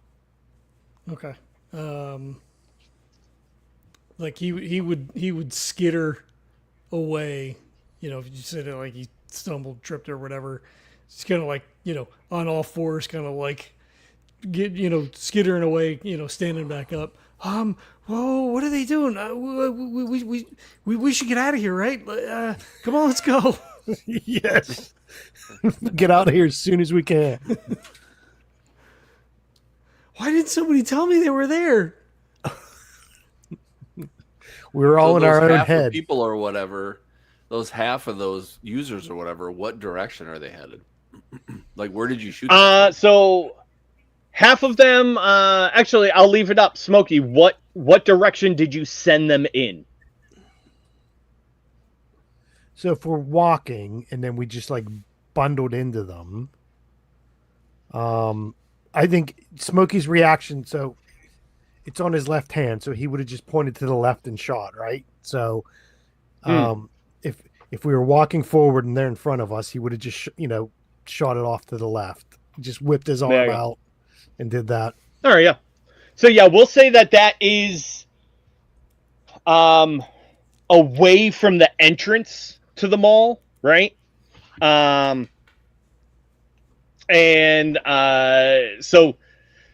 where you are right now is kind of at you're looking at the main large entrance. 3 stories, all glass. A lot of the glass now completely shattered out. But you see the large set of 3 sets of double doors in front of you, quote unquote in front of you, not directly there, but a little distance off. And then you kind of pulled them off to the side of that. Yeah. So you have cleared more than half the group away from the entrance. So if you want, you do have a chance to go into the mall. Alternatively, you can withdraw, regroup, and come up with a different route. You have options. I do have a bug out route from the mall, so. True. I guess I probably could have used an edge on any one of those rolls, huh? Yeah. Yeah, true. Shit. Well, you're which muted. way would we were? I'm sorry. I was going to say that. I think it goes with what happened before with you. You got distracted, so of course you're going to be bumping into people. Right? Yeah, exactly. I think that roll was perfect. Yeah. Were we planning on going through the mall originally? Yeah.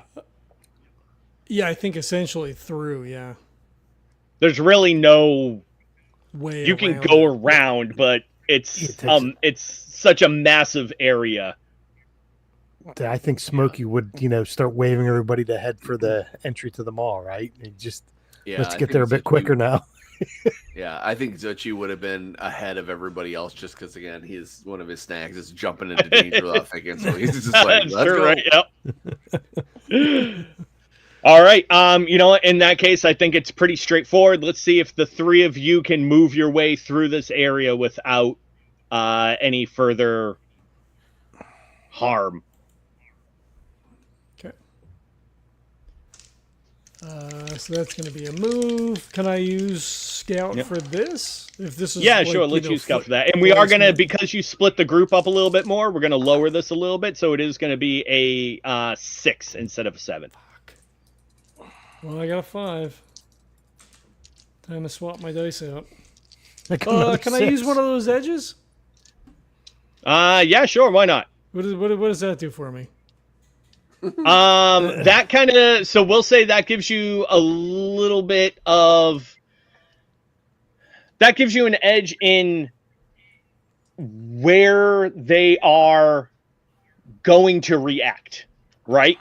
So watching the patterns of them, watching one group go off to the side, and then the distraction of the other ones kind of pulling, it created that Moses parts the Red Sea effect, and they're actually kind of going in opposite directions.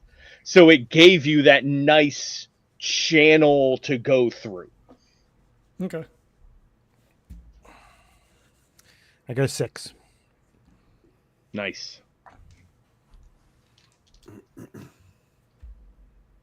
Now, is it one of those things where I can keep using Survivor, or should I just go? Just use regular dice instead. And Yeah, I mean, if you want to use it, that makes sense, right? I know I just feel bad because I feel like I'm always like, hey, I get to get all the numbers, that kind of thing. That's why the numbers are there. Yeah, that's true. That's an 8 for me then. 5 plus 3. Nice. All right, so yeah, you guys managed to make it through without causing any more of a wake behind you for the users to follow you. So they seem to have split themselves into 2 groups, and the red that took off with the other group, you see it didn't actually take off with them, but more so after them. And why don't you go ahead and give me a quick sense of what's going on? Everybody or Everybody, yeah, go ahead. okay. Oh, that's a 6. 4. Nice. Ooh, 6. Ooh, sweet. All right, so Huxley and Zuchy, as you're kind of running through, you actually can, because you guys have, mics and everything on the outside, you can hear ambient noise, right? And so you actually pick up, you two run kind of close enough to the left group that you kind of pick up some chatter going by. And you can hear the red that's chasing after this group yelling out, "Hey, get back here, you goblins. I'm going to fuck you up. I'm going to punch you in the heads, you little bastards." Are they? They don't talk, do they? Well, maybe even though they're violent, maybe they actually, have the tendency to talk. It's just more aggressive. I don't. But I mean, I guess we'd never encountered them that actually said anything. Well, we don't know exactly what's out here. Are they fighting? Does that make sense? That was going to be my Why? question. Why What would the they hell want is to? going Why would they want to? Yeah. Well, and if they're technically run by Anne, why? Yeah. Why would they want to be fighting? I don't know.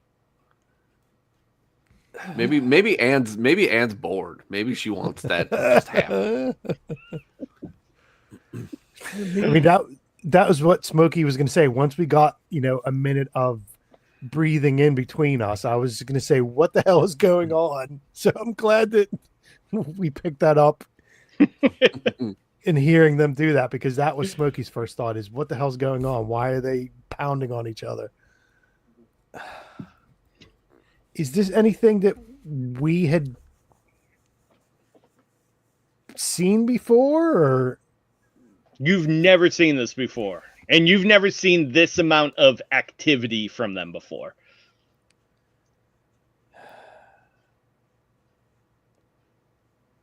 Now, to be fair, your interactions with users is fairly limited, yeah? right?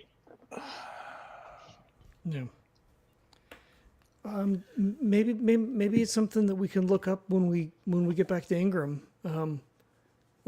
Or, I mean, we could use the information maybe, right? It's true. Yeah, I think we keep moving and get the hell out of here. But this is something we're gonna have to chew over, to talk, figure out, because this makes no sense at all. The video that Brock sent, I think there was like 4 or 5 or 6 of those red link guys. The Reds, is that what we were calling them? So there's more. We'll have to keep our eyes peeled then. Okay. Yeah, But they weren't doing anything else, right? I mean, they were just beating on each Just other. fighting the other users. Yeah. Well, maybe they just go after other users. okay. It's weird. So Kevin has made a note of that, and Smokey has made a note of that. What the hell is going on? I'm very discombobulated now. Yeah. Not for nothing. If we're going through the mall, I mean, Huxley would try to focus a little bit more on, like, maybe he'd take the HUD down, Yeah.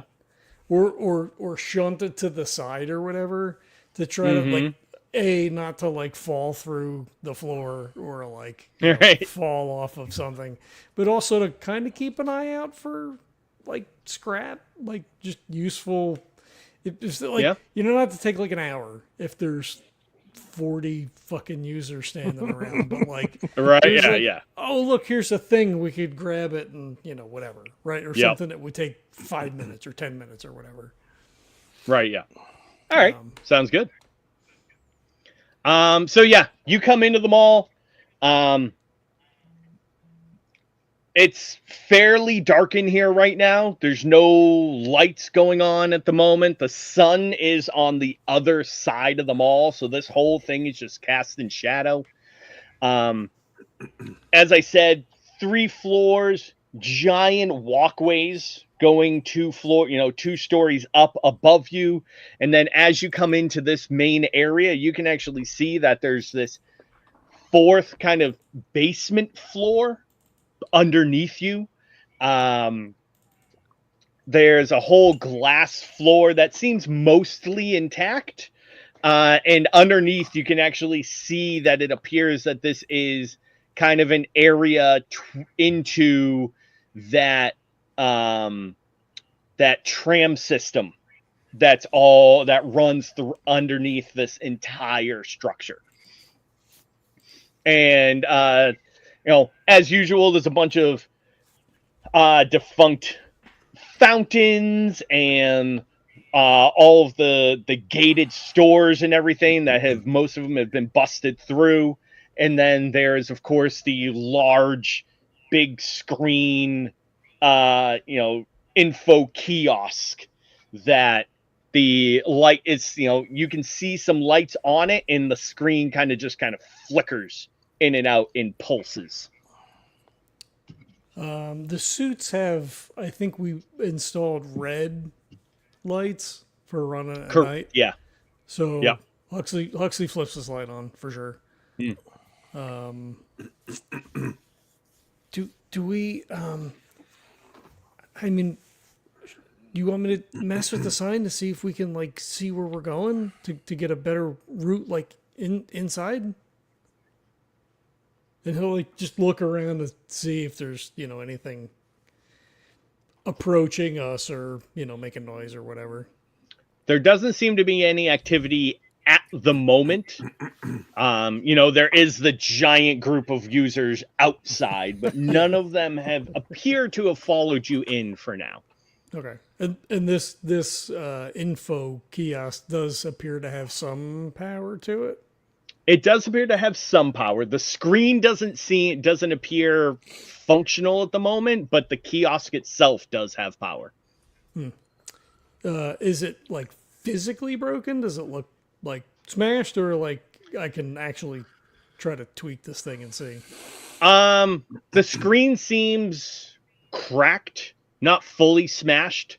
So you might be able to pull visual data on it if there is any, or you might even be able to, depending on if you can, pull the data off of, out of the kiosk itself. Yeah. What do you guys think? I mean, it would be good information if someone wanted to come back and scavenge. If we could get a map out of here, I know that's not the most important thing, but we're here. Go ahead and do that, but Zuchy and I will keep an eye on everything. But yeah, try to make it. Don't get too plugged in that we can't yank the wires and just run in case we have to. Okay. Yeah, Okay. because if you can't get to work and we sense trouble, then we're out of here. Okay, that makes sense. He would first try to bring the screen. I guess he would just try to download the data. Yeah. So riddle me this then. It wouldn't be connected to anything, right? It's essentially like a light or like a television, right? Like it would be safe to connect to it and try to pull stuff out of it. So I'll tell you. So the way these systems work, right, is that they're basically independent computers, right? So they're all connected to like the internal network of the mall. And then they do have all of the information stored in each individual kiosk. There's no, unless the mall system is connected to the internet and all that kind of stuff. But most of the time, these are intranet systems, right? Okay. All right. So, yeah, you can now, whether or not you want to fix the screen, like fix the connection for visual data, or just straight up pull the data off of it, are two different skills. types of checks. Those are two different types of skills, right? At some point, Huxley had electronics, and it's not on the Google sheet. Did we roll that into mechanics, or I'll just spend points to add that back? I think mechanics kind of makes sense for that, right?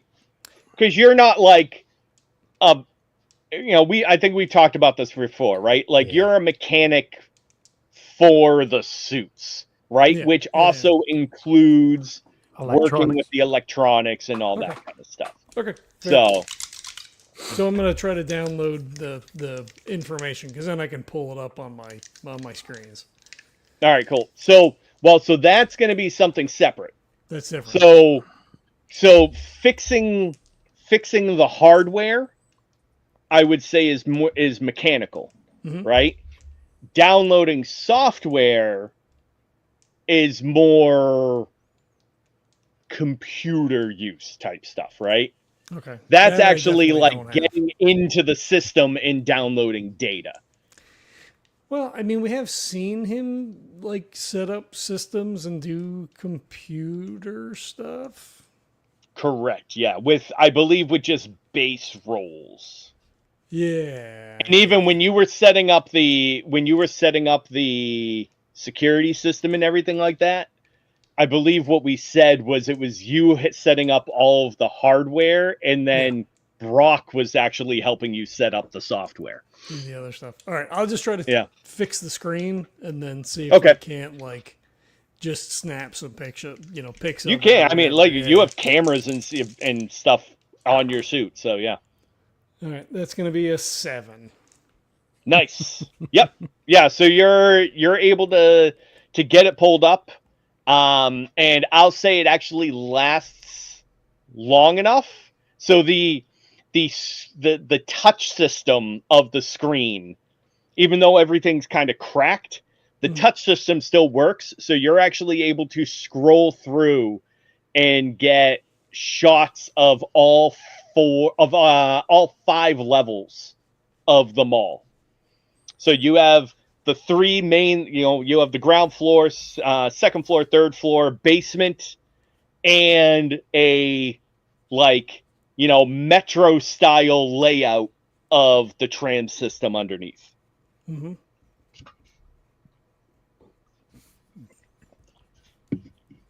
So that will give you an edge in navigating through the mall. Nice.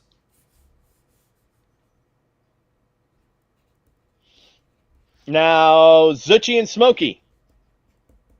While Huxley is busy fixing the data kiosk and getting the map, let's go ahead and see if you two can sense the atmosphere around you and what the danger, the threat level is.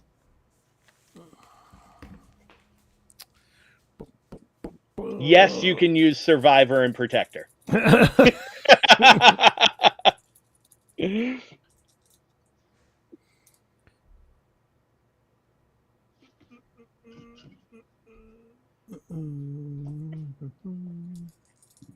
Ooh, dice are hot. 6 + 3 is a 9. 5. Beautiful. All right. So yeah, I'll say between the two of you,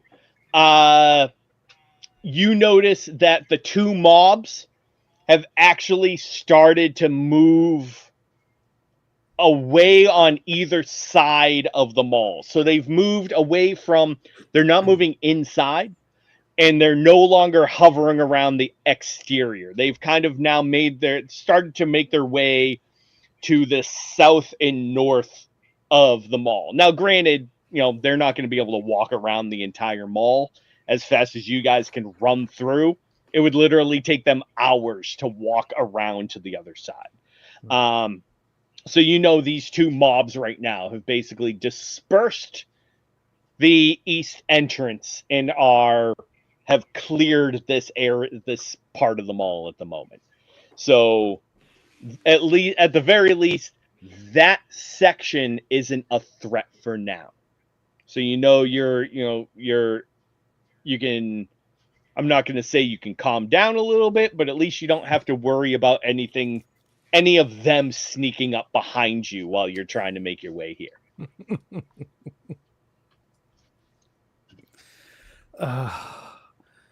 Still a bit shocked about what we saw. I don't get it. I don't understand it. But as long as they're not coming after us, I guess we can always just chew this over later. But I'm still not understanding what the hell we just saw. Well, hell, I don't even know what's happening with Brock. So, there's a lot of different things that are happening that we just don't understand right now.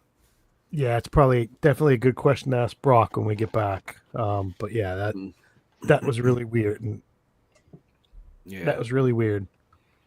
Yeah, I hope we don't come in contact with any of those Reds. They don't sound like very kind individuals. Yeah, exactly. They seemed a bit shitty, that's for sure. Mm-hmm. I mean, believe me, every once in a while I want to punch somebody, but I don't just go throwing haymakers at anybody I come across.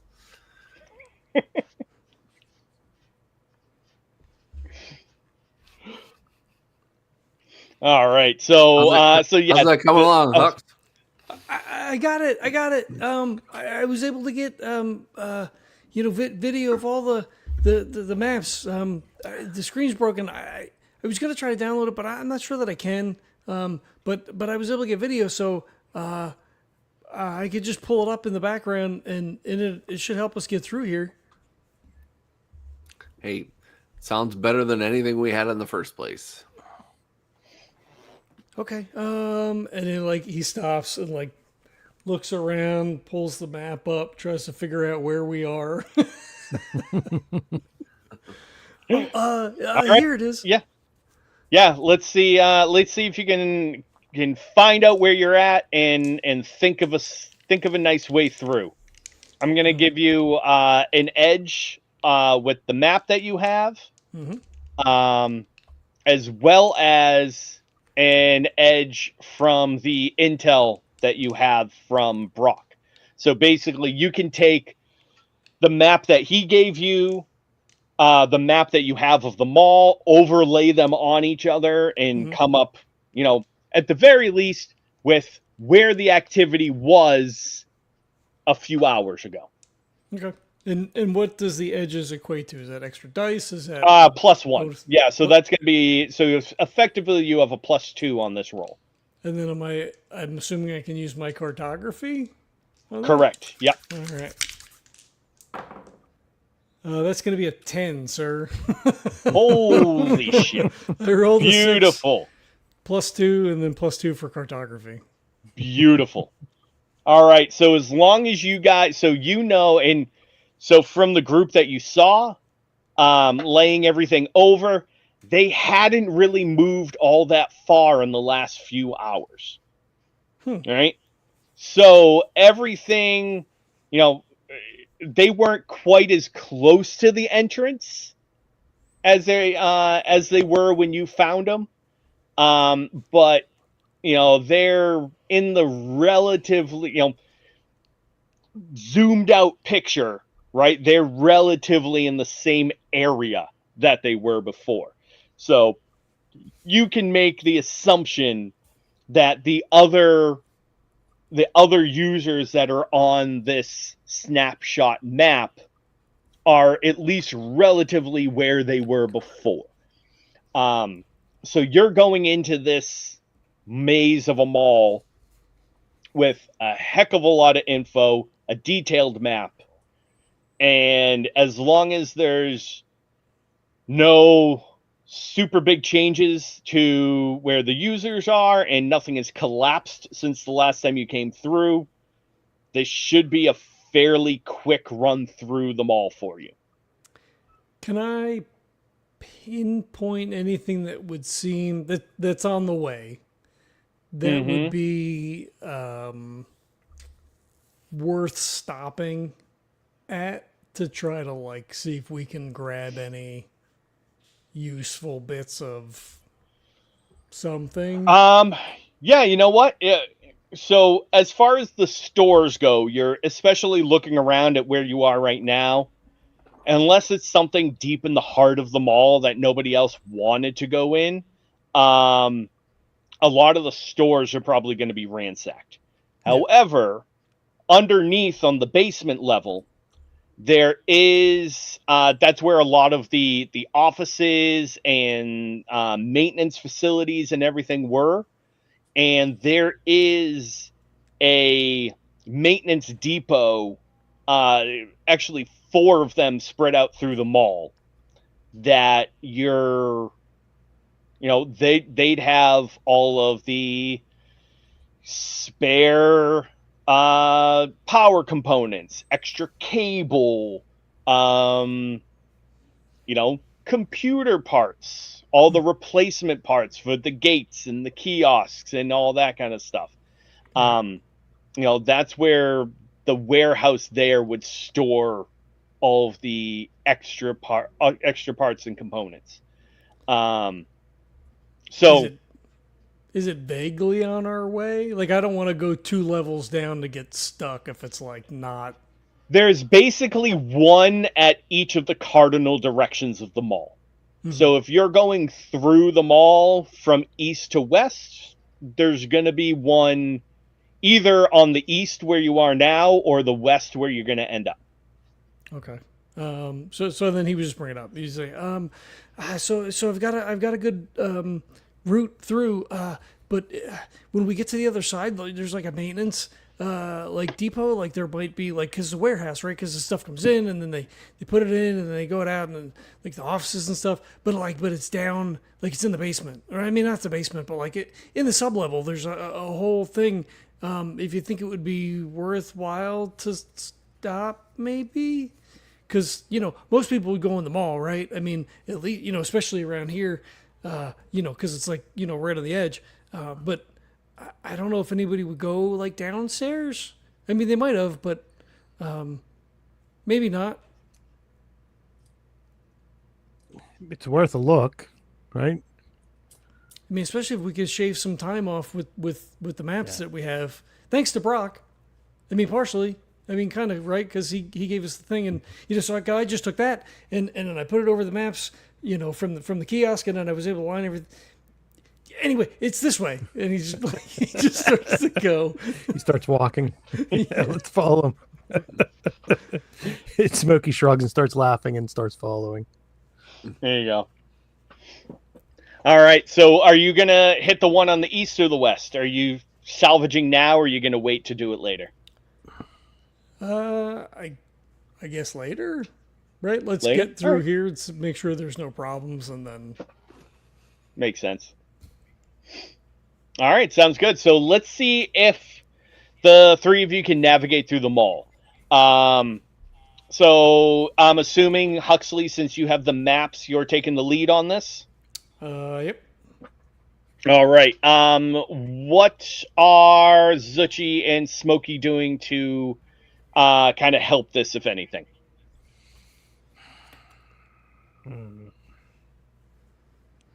Is there anything I can do? I'd say you don't necessarily have to. It's just if you have something that could assist, you can. Yeah, I don't think I have anything. Okay. I don't really have anything either, but I think Zuchy, what he would do is, since Huxley's using the map and he was kind of distracted last time and got a little bit of an accident, that he would probably notice his surroundings and make sure that he doesn't bump into or run into anything he shouldn't be running into. Sounds good. So you're letting Huxley look at the big picture, and you're looking at the what's directly around you, just making sure that he doesn't trip in a hole or walk into a fountain, something like that. Yeah, because even though those mobs are a little further away from us, doesn't mean a nice little crash can invite them over. So. Right, exactly. Any extra sound that can echo through the halls. Mm-hmm. Yeah, exactly. All right, sounds good. So Zuchy, why don't you go ahead and just give me a basic sense check? Okay. Sorry, no survivor in this one. That's okay. I suppose. This is where I'll roll all ones, I'm sure. Ooh, I got a couple of fives. Hey, there you go. All right. So yeah, you're gonna get one extra die on this one. Okay. Sounds good. And yeah, go ahead. Edge for navigating. Correct. Yep. Okay. And I'm still using cartography, I guess, or is it? Yeah, that makes sense. Okay. That's gonna be an 8. Beautiful. Yeah. Nice. So yeah, the three of you are able to now with the map. So before, when you ran through, you were, Smokey was leading the way, and you guys were just going on vibes, right? Like you'd kind of hit an open area and be like, that way looks like the right way, right? And then you'd hit like a T junction. You'd be like, fuck this. Let's go this way again. And so you were just kind of feeling your way through. You don't have to do that now. Right? Like you were in the big open courtyard at the initial entrance, and Huxley is like, we want to go down, down this hallway. And then when it opens up again, you're like, okay, we want to go down here. And so you're able to quite easily make your way through this section. The one thing I will say is, as you're going through, the three of you do have to be somewhat on your toes. There's nothing going on your level right now. However, you can still hear every once in a while the tick of metal or the scraping of stone. And like I said, with this area being just completely open, right? Every small sound just echoes against the walls in this area. You're basically in a giant canyon with the what used to be glass ceiling of this just completely shattered and gone. It's all just walls exposed to the elements up in the sky. So every small sound just echoes relentlessly through this cavern.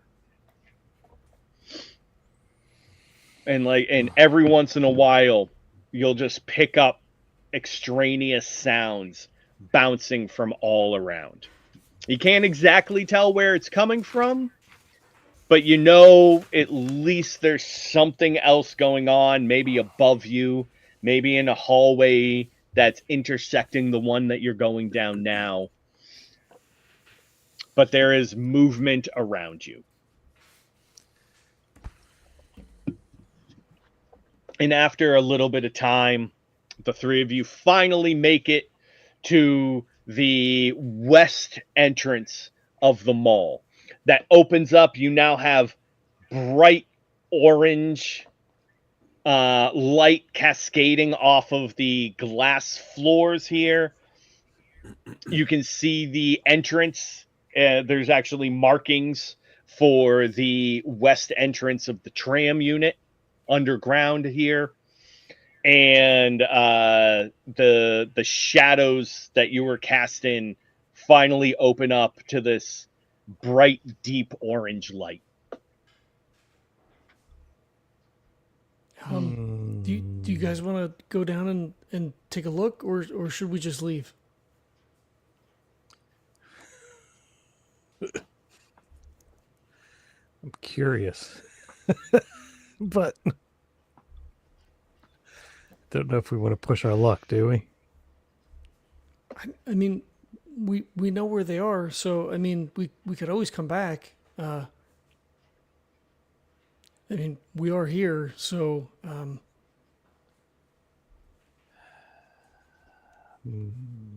know. It's two levels. I mean, I guess we could go outside and go in through the tramway. It would take us the same spot, I guess. Well, I will remember. You'll probably remember this. That entrance is. Actually, no, it is the other entrance that got exploded. It's the eastern entrance that got exploded. So this one is open. Yes.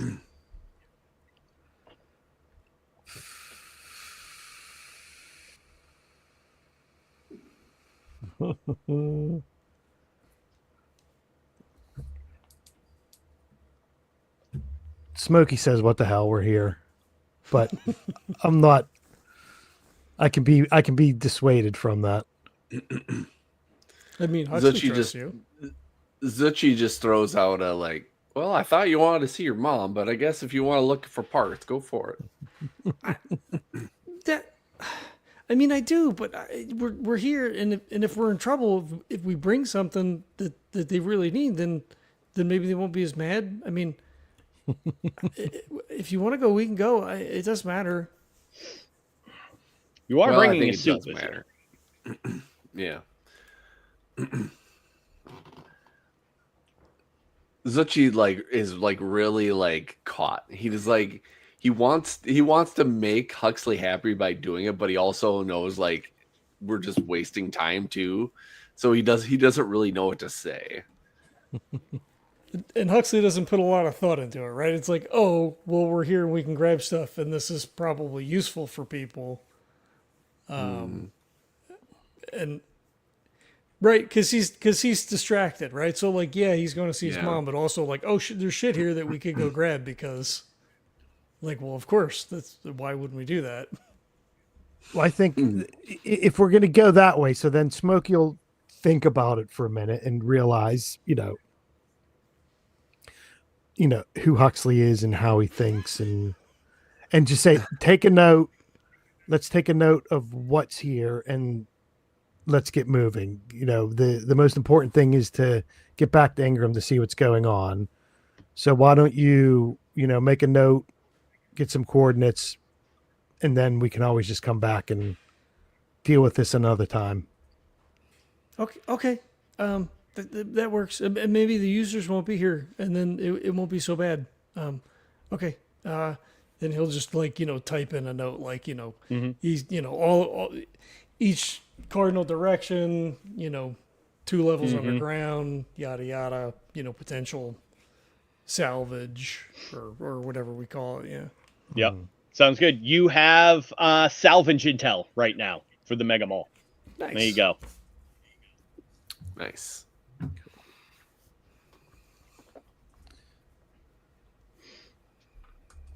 I also put like a little X on the east underground entrance where it was exploded. Yep. Oh shit! Right.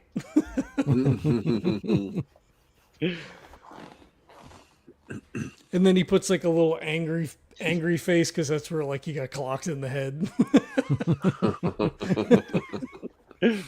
or like the confused eyeballs because that's where he got his concussion at. All right. Are we heading on through then? Mm-hmm. I think so. All right. All right. So this last leg should be pretty easy. It's just making it through the woods. Why don't you go ahead and you guys give me a quick check on however you want to make it through. If you just want to barrel straight through, move your way through. If you want to think of a way around, however you want to do it.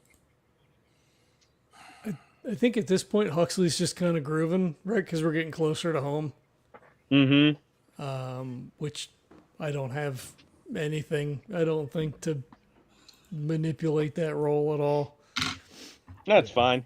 Feel like the eager puppy. If you thing want, going on. if you want, you can use that other +1 that you got for the routing. Yeah, let's do that. So there you go. They give me that'll be 6. Yeah, and actually that can go for all 3 of you as well. So if you want to use this last +1 for this final zone, you can go ahead and do that. That'll be a 5 then.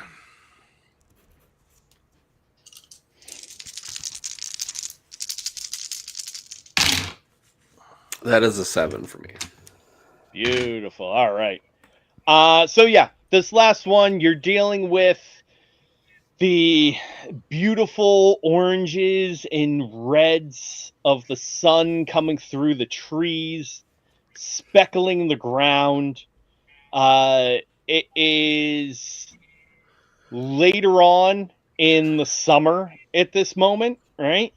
So we're out of mating season.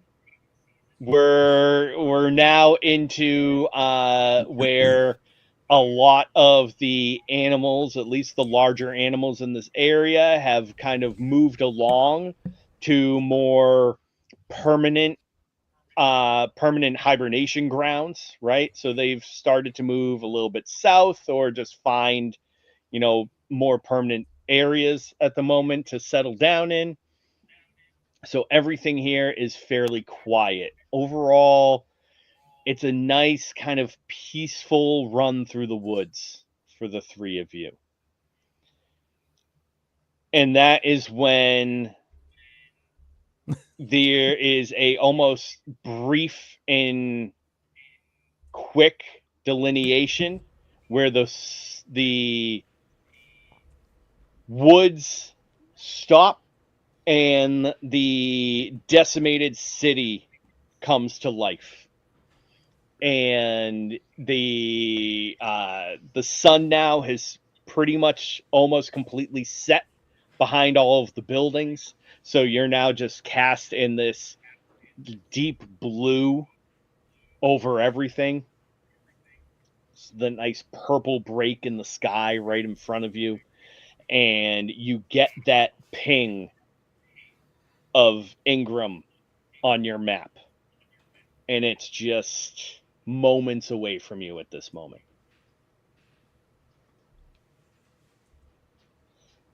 I think Huxley picks up speed. Yeah, he starts If, running. if that's not our cliffhanger. No? Mhm. Yeah. All right. So, Come on, guys. We're He almost starts there. dragging. He's dragging us along. yeah. Mhm. For the first time ever, Huxley outruns Zuchy. The adrenaline, baby. Yeah. So yeah, you guys finally come into view the large coal factory that is Ingrahm. Giant steel walls, the big box. And you come up to the entrance of the service elevator that you guys use to get to the warehouse. And standing just a few feet in front of you is the door to Ingrahm. Who's going to buzz in? Pretty sure Huxley does. Yeah? Mhm. Like bing, bing, bing, bing, bing, bing, bing, bing, bing, bing. Yeah. And after a brief moment, the light turns from orange to green, and the doors open up in front of you.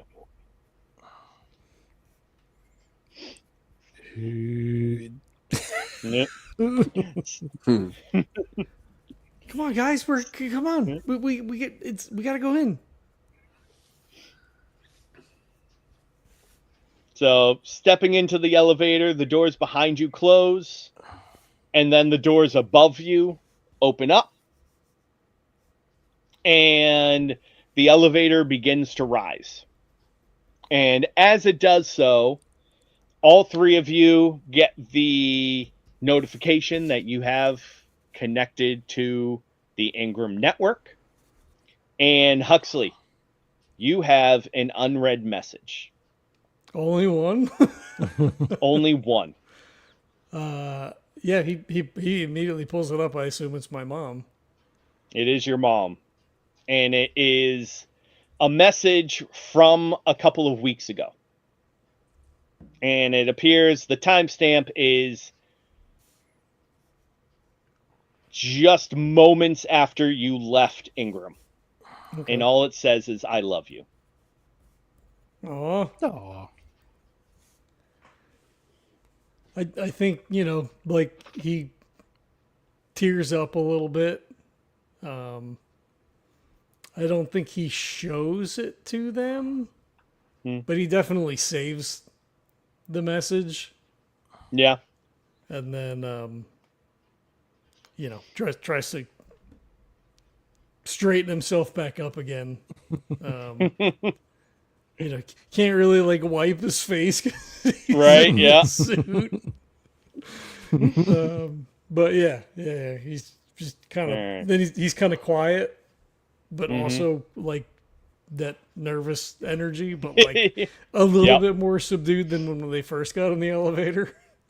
Mm-hmm. And as you finally reach the top, the elevator doors open into the warehouse. And as soon as they do, lights are shined on you. There are 3 runners in suits, pure white. And each of the runners is paired up with a guard, also in pure white. The guards are holding what appear to be guns, like large rifles. They have slightly weird look to them. They clearly don't shoot bullets. They're kind of flat on the front. And you see on the chest plate of both all 3 runners and all 3 guards the LLM symbol. And one of the runners says to you, "Power down." And that's where we'll end it.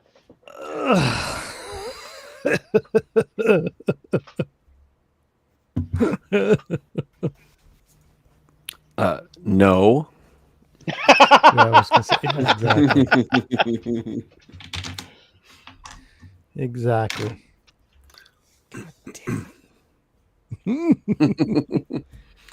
You knew it was going to happen, John.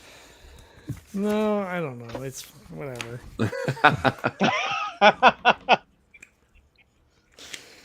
All right, cool. Well, thanks for running, I guess. All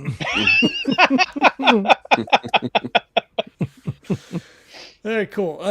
Who's got stuff to plug? Kurt, I was going to call you Zuchy. What's going on with this That's okay. podcast? I am Zuchy. Zuchy is Kurt. We're taking a little bit of a hiatus. We are in the process of moving houses, so episodes may be a little sparse right now. I'm looking at maybe releasing a shorter episode here coming up pretty soon, but just watch or just listen to some of the older episodes we got going on with the Core Noir and D&D and some board game eps. We'll get some new stuff out here in the short future. All right, cool. Jesse, Kevin? I'm here. All right, cool. Me too. Exactly. We have our Patreon up if you'd like to throw a couple of credits our way.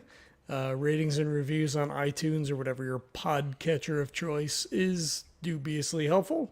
We have our T-shirts for sale. Jesse's got his Nice. on. Nice. Damn it. I always forget to wear mine. It's over there. I had mine on at the convention. Nobody said anything. I was a little disappointed. I was hoping at least like one person would be like, "Oh, that's cool," and I'd be like, "Cool, you can fucking buy it." Yeah, exactly. But yeah, fascism sucks. The government sucks. Everything is horrible.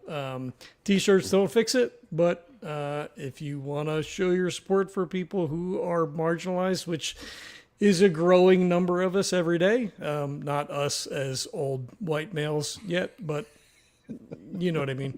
So yeah, if you want to buy a T-shirt, link in the show notes. We are donating all of the proceeds from everything in the TeePublic store to whatever you throw shit on. If you want to throw something on a mug or whatever, I mean, there's things that are up there, mostly T-shirts, I guess. Yeah, so we're donating all the proceeds for that to LGBTQIA causes, TIA plus. So cool. Throw a couple of bucks at that. I guess that's it. Thanks for watching. You know, if you make it all the way through one of these videos all the way to the end, God bless you. I don't know. I mean, Kurt's revelation of not releasing any episodes is not gonna matter at all in a year when this episode comes out. But if you're watching live, it's, you know, there you go. You won't see anything for a bit. Well, but at least they can look back and they can be like, "Oh, that's why MFG Test didn't come out in November." I was mad before, but no, I get it. Right. Podcasting cues. It's good to have them, and then when your other games don't, and then you have to skip them in the release schedule, and then hope that we actually play. I don't know, podcast stuff. Cool. All right. Thanks for watching. Jesse, thanks for running. Thanks everybody for playing, and we'll catch you next time. See ya. Peace. Bye-bye.